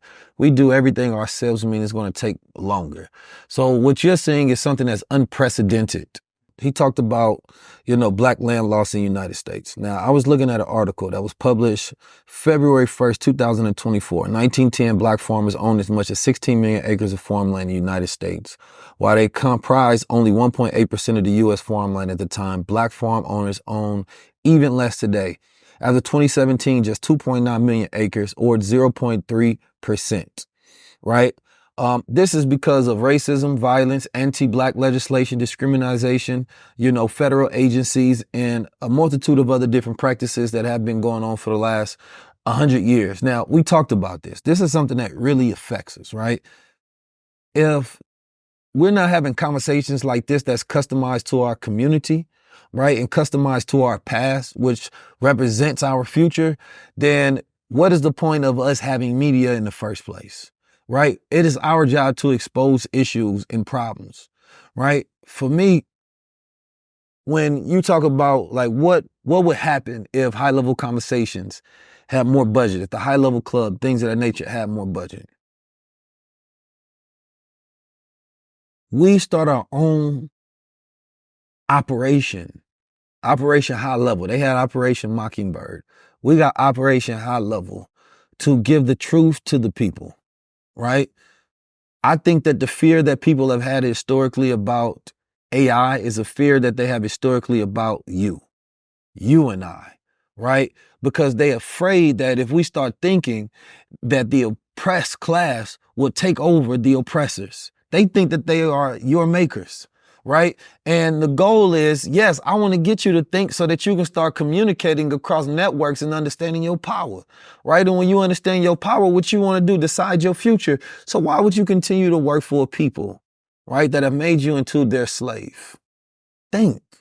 When we think and it's providing you information, you have to ask yourself, man, you know, how come we haven't had more conversations like this? How come, there's so much blackface media out there, right? They get all of this advertisement dollars, but they don't have serious conversations. They never go see an exchange like that with a candidate on one of those platforms. Why? Because they are controlled and owned by which entities? See, now when you start tracing the money back, you're seeing a representative of that money. And because we free and because we don't have money from none of those people, I'm going to speak the truth and only focus on your concerns, right? And only focus on the truth. And I'm going to challenge people that sit there, right? My goal is not to attack people. My goal is not to create a violent platform. My goal is to create a cipher to where we can build and communicate. Because if I was literally sitting down with the president, I don't want to focus on all the differences. I want to focus on immediate change, right? So having this platform feels like a beautiful responsibility, right? I've been reaching out to people and asking them to be contributors.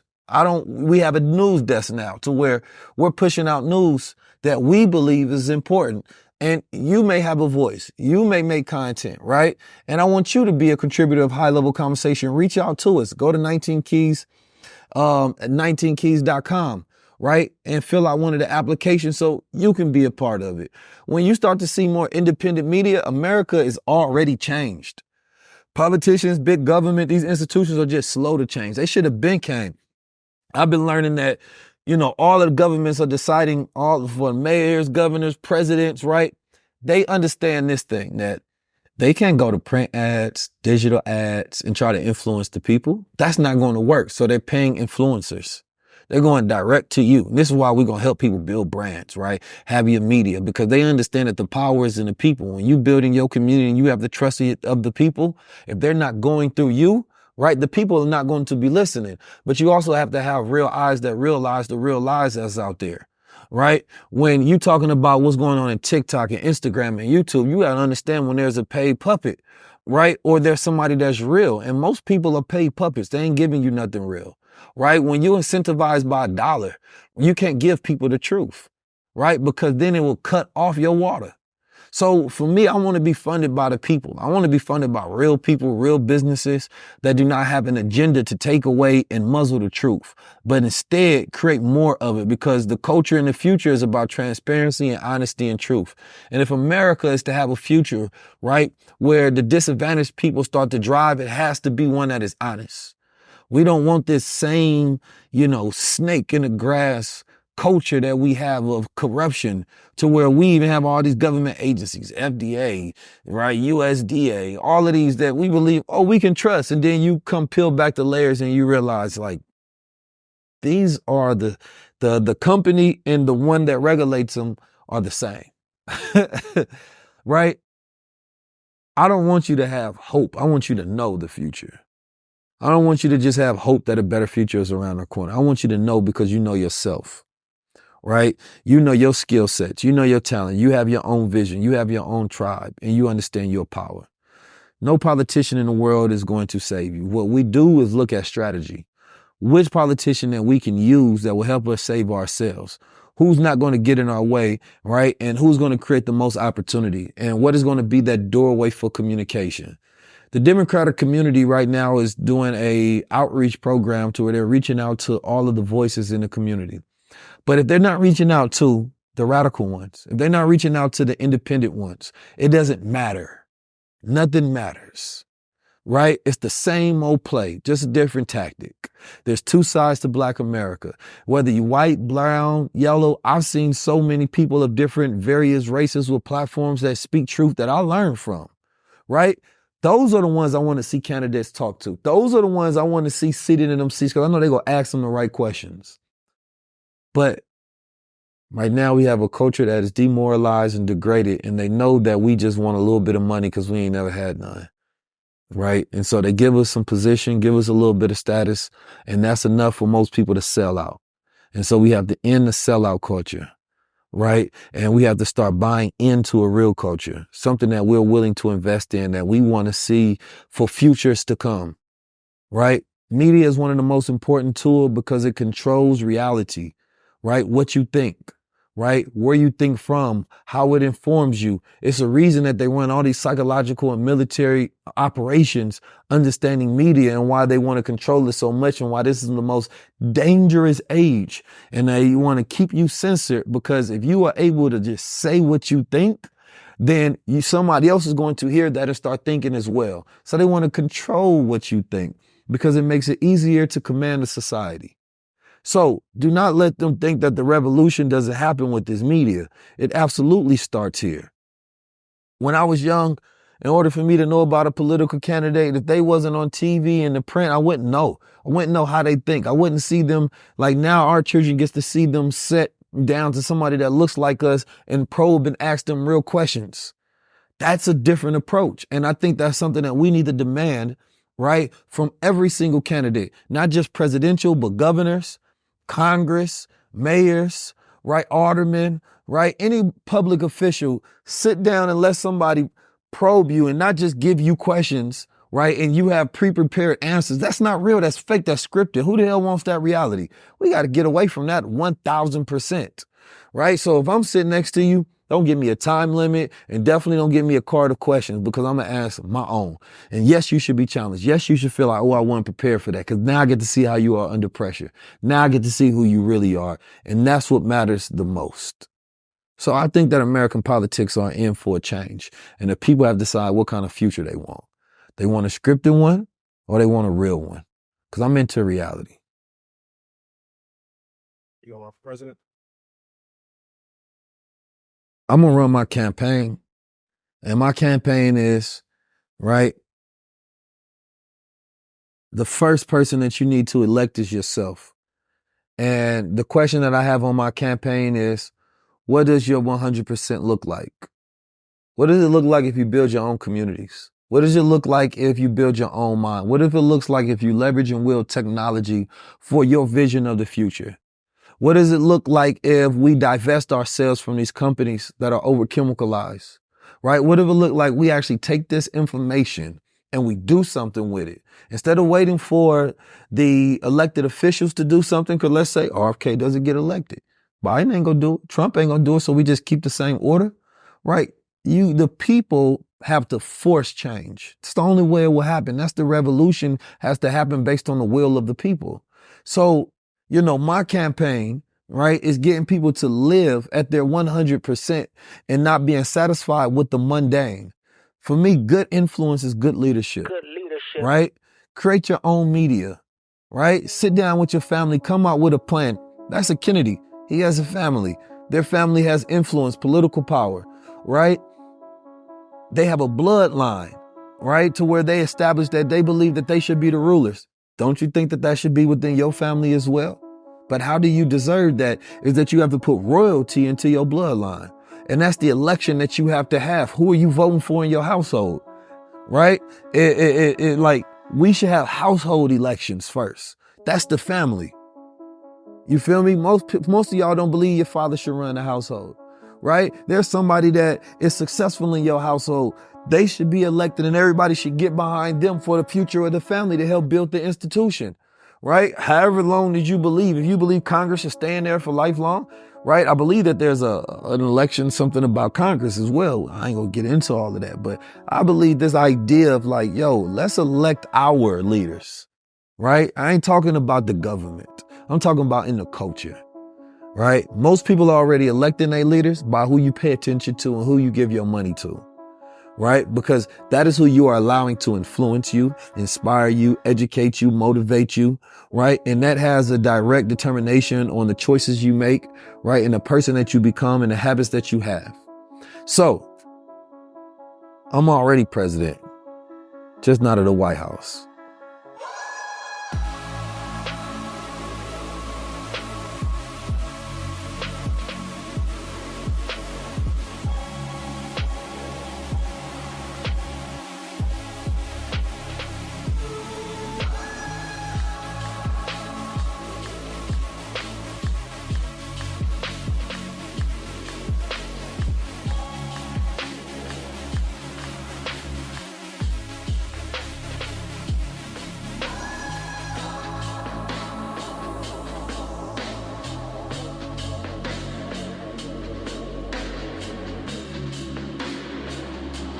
I've been out to meet Minister Farrakhan a couple times.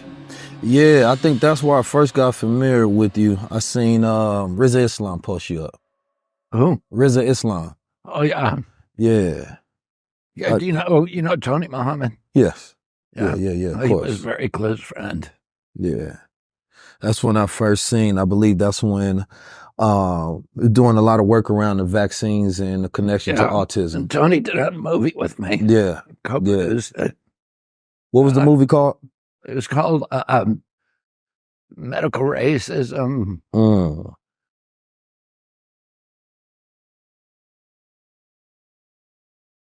Like, I think the subtitle was like New Tuskegee Experiment or something like that. It was really, we had some great people in that film. So how has this whole race been on you, man? Your energy still high? Your spirit still high at this point in it? Yeah. I mean, I'm pacing myself. I think if I had to like go back a year and if I knew where I was now, that I'd be very happy. Okay.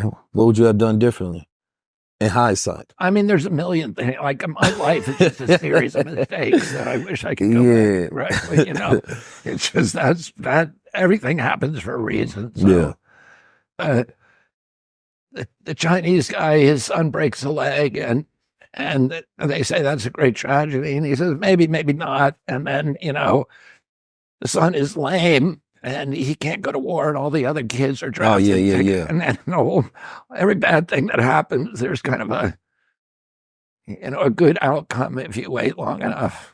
Yeah, I tend to be a super optimist about life, always looking forward. So it's hard for me to take things, you know, in a bad way. Because things could always be worse, and I'm always looking forward to them getting better.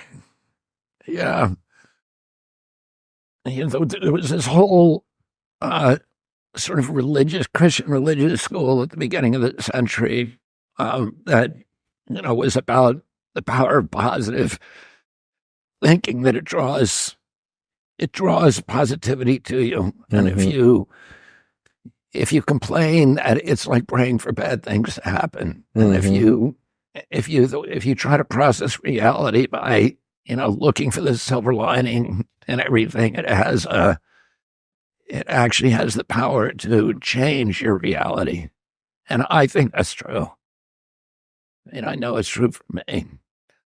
I did it like years ago when I after I got sober, I noticed that I was complaining a lot about stuff, and I just said, I'm going to try to stop complaining for Lent for 40 days. And I just said, no matter what happens, I'm not going to complain. If my leg is broken, no matter what happens, I'm not going to complain. I stopped complaining, and it altered the whole way I look at life. Because if somebody asks me, how are you feeling? I always say, great.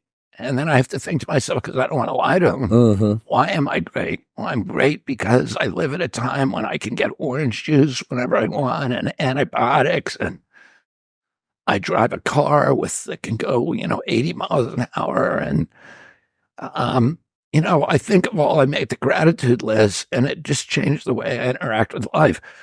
And my son, I had a son Connor, when he was 14, he just came back from fighting in Ukraine. And he said to me when he was like 14, he said, "How come I've never heard you complain?" And I said, "Well, that's not my natural inclination." I told him what happened to me. And then after that, I never heard him complain again. Well, he didn't tell me he was going to do it, but he did the same thing. And I can see how it attracts people to him, that people just like you. I told a guy I'm sponsoring that looks like James Bond. He's good looking, he's an athlete, but all he does is whine. And I said to him, sad men never get laid. If you want to be. Nah, I think that reminds me of my father. I can't ever think of a time I heard him actually complain about anything. I mean, that's an incredible quality, isn't it? Yeah. I've only seen him really cry once. What? I've seen him cry once in my life, but I've never seen him complain. Or actually twice. What was the circumstance of him crying?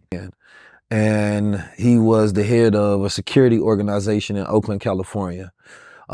He's just always been, for me, as a title, a businessman, right? He would go out and get accounts, security accounts. I grew up in a very militant household, so my father was always the one training the men, right, in the organization. When you say security, you mean like Black Panther Party or? No, like the FOI. So in Oakland, California, there was a place called Your Black Muslim Bakery. And, these were Black Muslims who had their own businesses, security organizations, bakeries. This was before veganism was a thing, but it was all natural health and sometimes vegan foods and things of that nature. There was EMF services and schools and things of that nature. And my father ran the security portion of it. And then also when it pertained to the training of the men, right? Because we would allow men to just come off the street, whether they were felons or not. They can come in as long as they took the training, they can get a job. So in the hierarchy of the organization, my father was considered to be a captain, right? And so he would be one of the ones training the men. And so growing up with him, we used to go to meetings Monday nights where we would have to train, and we would learn business. It'd be spirituality to it, right? We would do militant drills. We would do boxing. So as a child, I grew up in this environment seeing real men, right? And so it changed my paradigm as far as how I see things. Growing up in St. Louis to Oakland and being in a copious amount of different experiences, I believe I have a unique perspective to where I can see things very well-rounded, right? So, yeah, my father, it's hard for me to put a single title. I just seen him be a man my whole life. Was he a convert to Nativism? Yeah, so he converted after meeting my mother. He told me this today, actually. He was explaining how when he met my mother, he knew he needed somebody to be, right, in this higher state of mind in order to have his children. And I don't believe he felt that he was in that state of mind to give that to her, so he took her to the nation to see Minister Farrakhan speak. And This was in Oakland? This was in Oakland. I believe it was at Berkeley. I believe he was speaking at Berkeley at the time. So they both went to go visit and hear him. And then afterwards, my mother converted first, right? And then my father came along with it. But from what they tell me, that they was already closely drawn into the teachings because it was already aligned with the way they thought about the world. Interesting. When my dad went to Oakland in '68 when he was running for president, and he went to a very difficult meeting with the Black Panther Party there, which was very dominant in Oakland at that time. Yeah. And he had he had really kind of a I don't know, 2 or 3 hour shouting and listening meeting. And, there was a lot of anger at the beginning, and, at the end there was reconciliation, and then they provided a bodyguard for him during the last part of his campaign. And, I think he was really proud of that. I got a question for you. What does your cabinet look like? What is it that you're taking in your routine that's keeping you high level? If it's not our products, then whose products are you taking? And if it's no products, then that's a problem. Y'all seen our commercials for Goldewater, right? You've seen it all over high level conversations. You come to the show, you grab your bottle, people give us the best testimonials on the planet, and we got people on the go. The thing about Goldewater is it's not our only product. We have products like the vitamin C moss. We don't naturally produce vitamin C, so we got to get in other forms. So therefore, especially during wintertime, we are able to keep that immune system functioning high. Let's say if you just want pure moss. This is just pure moss. I'm talking about a superfood, the best on the planet. And not just from anywhere, because you never know where people actually getting their moss from. I ain't never seen them take a trip to Jamaica. See, we get ours tested, right? To make sure that you're getting the highest quality, pure version of it, and you're getting those minerals in an over-chemicalized world. We got Smart Moss Gold, right? That Smart Moss Gold is like a Viagra for the brain. You ever find yourself when your brain feels like it's low? You tap one of these and your brain gonna feel high level. Yeah, and women love a sapiosexual, so when those brains are popping and those ideals are running, you stay tapped in. You gotta make sure you stay safe out here. There's all sort of viruses and diseases that's running around this world, especially during this time. If you're traveling, make sure you spray this on the orifices throughout your body to kill any of those viruses or any of those things trying to invade you. Make sure y'all tap into Goldewater.com so next time somebody asks you what's keeping you high level, what's keeping you young and healthy and wealthy feeling. And now we can take some of that credit for it over here at Goldewater.com. Make sure you keep your health journey running. It's a marathon. Peace.